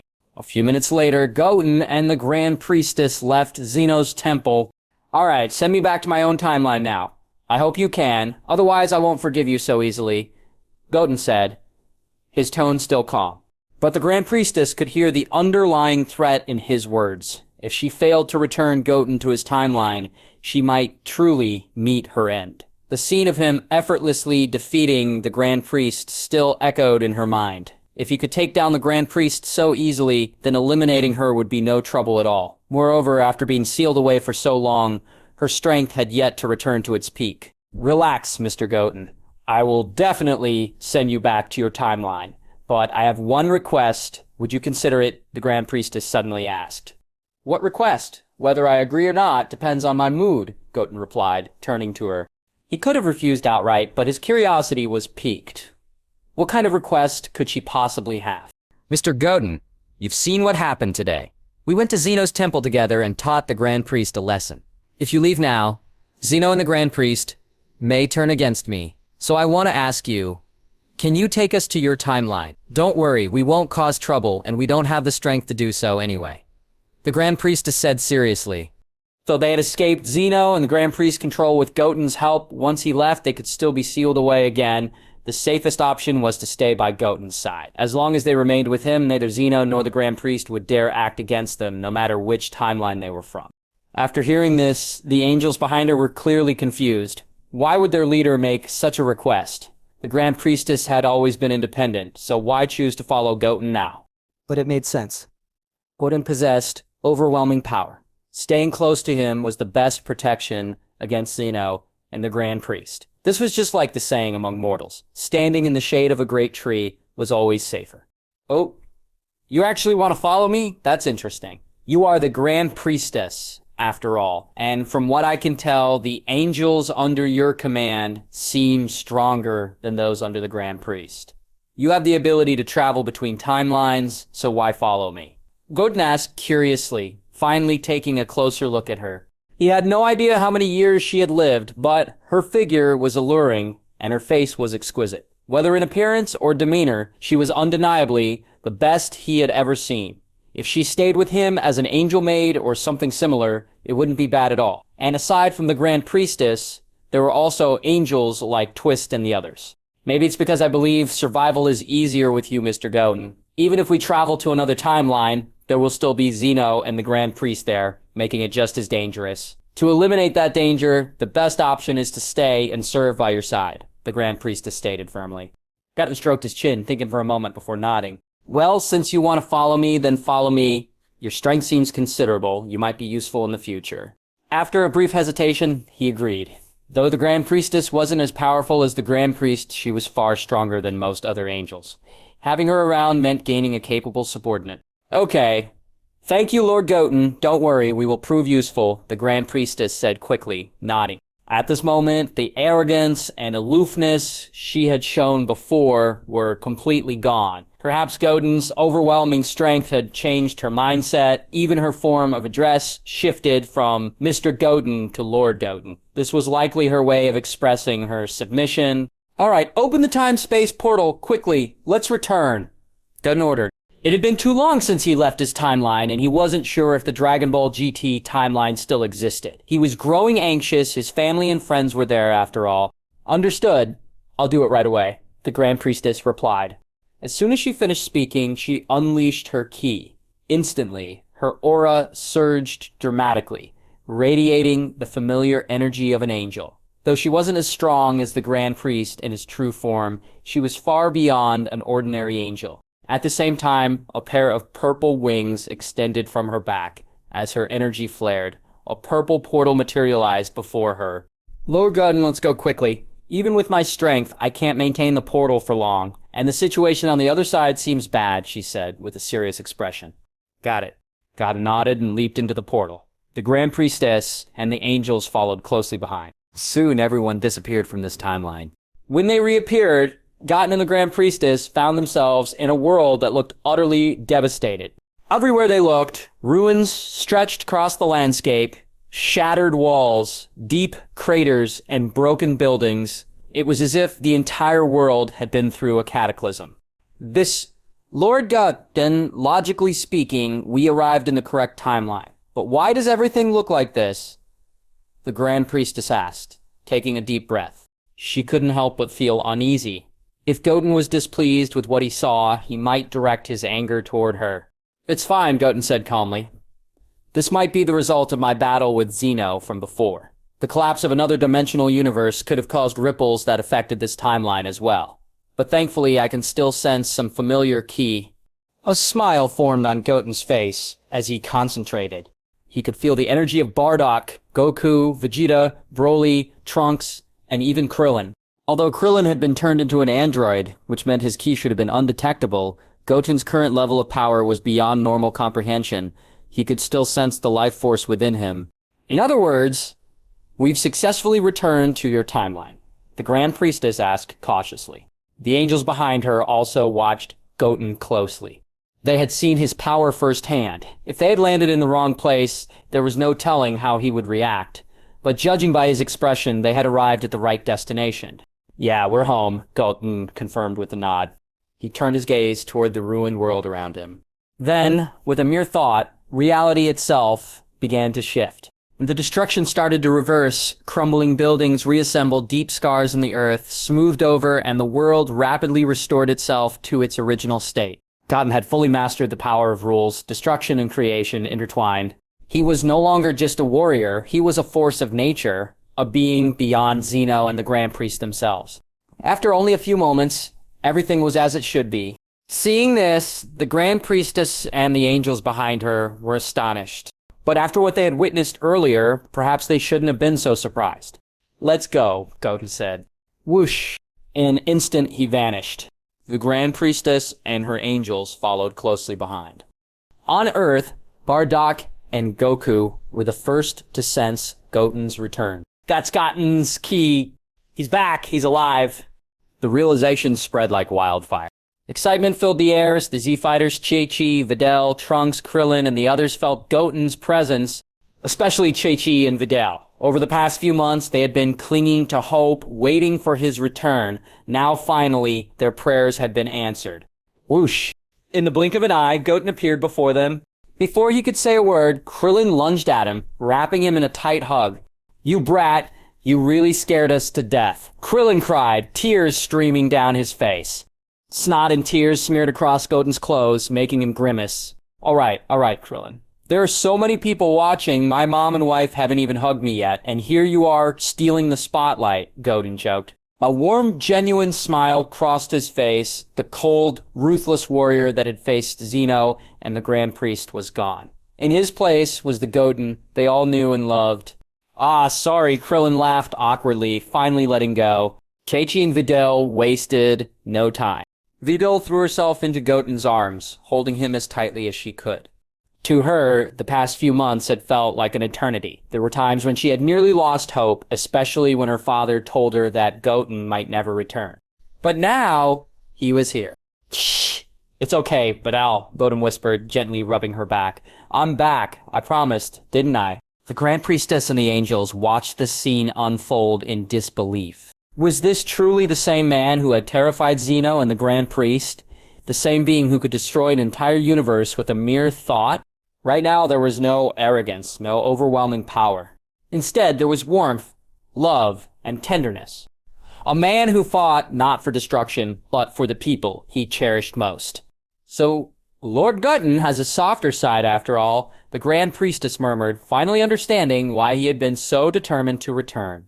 These people, they were the ones he loved. 10 minutes passed before Chi-Chi and Videl finally calmed down. Goku and Bardock then stepped forward. "Goten, it's really you," Goku said, his voice full of emotion. "We thought you were gone. When the universe started collapsing, we all thought the worst." Bardock nodded. "You really had us worried, kid. It's a miracle you're here." Goten chuckled. "Honestly, I barely made it. A collapsing dimensional universe. Even for me, that's not easy to survive," he admitted. "But at the last moment, I used my space-time teleportation ability. Unfortunately, it stranded me in another timeline, and I lost the ability to return right away." His words reassured everyone. They didn't care how he survived. Only that he had... Now, he was home, and from this day forward, no one in this timeline would ever be able to threaten them again. Anyway, it would be great if you could come back. Goku and the others were all excited. At this moment, Chi-Chi and Videl looked at the Grand Priestess and the others. Chi-Chi's expression was neutral, as if she were looking at strangers. However, Videl's gaze carried a hint of displeasure. The reason? The women standing behind Goten all had enchanting figures and striking appearances far beyond her own. She couldn't help but feel threatened. "Videl, let me introduce everyone.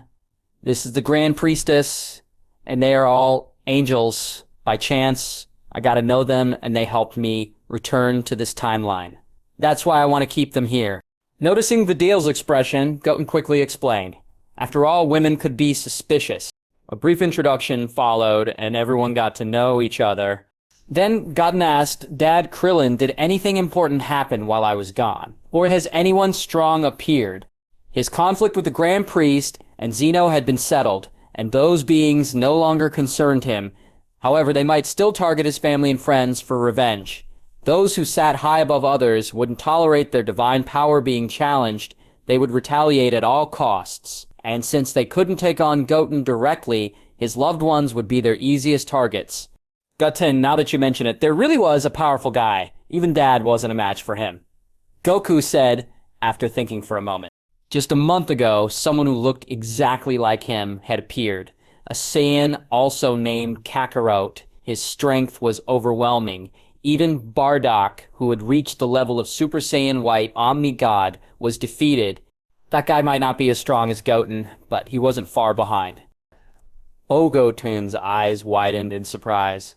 Grandpa has reached the level of an Omni-God. Even if he hasn't unlocked all his limiters, his power should be enough to challenge a Grand Priest. And yet, someone actually defeated him. Who is this guy?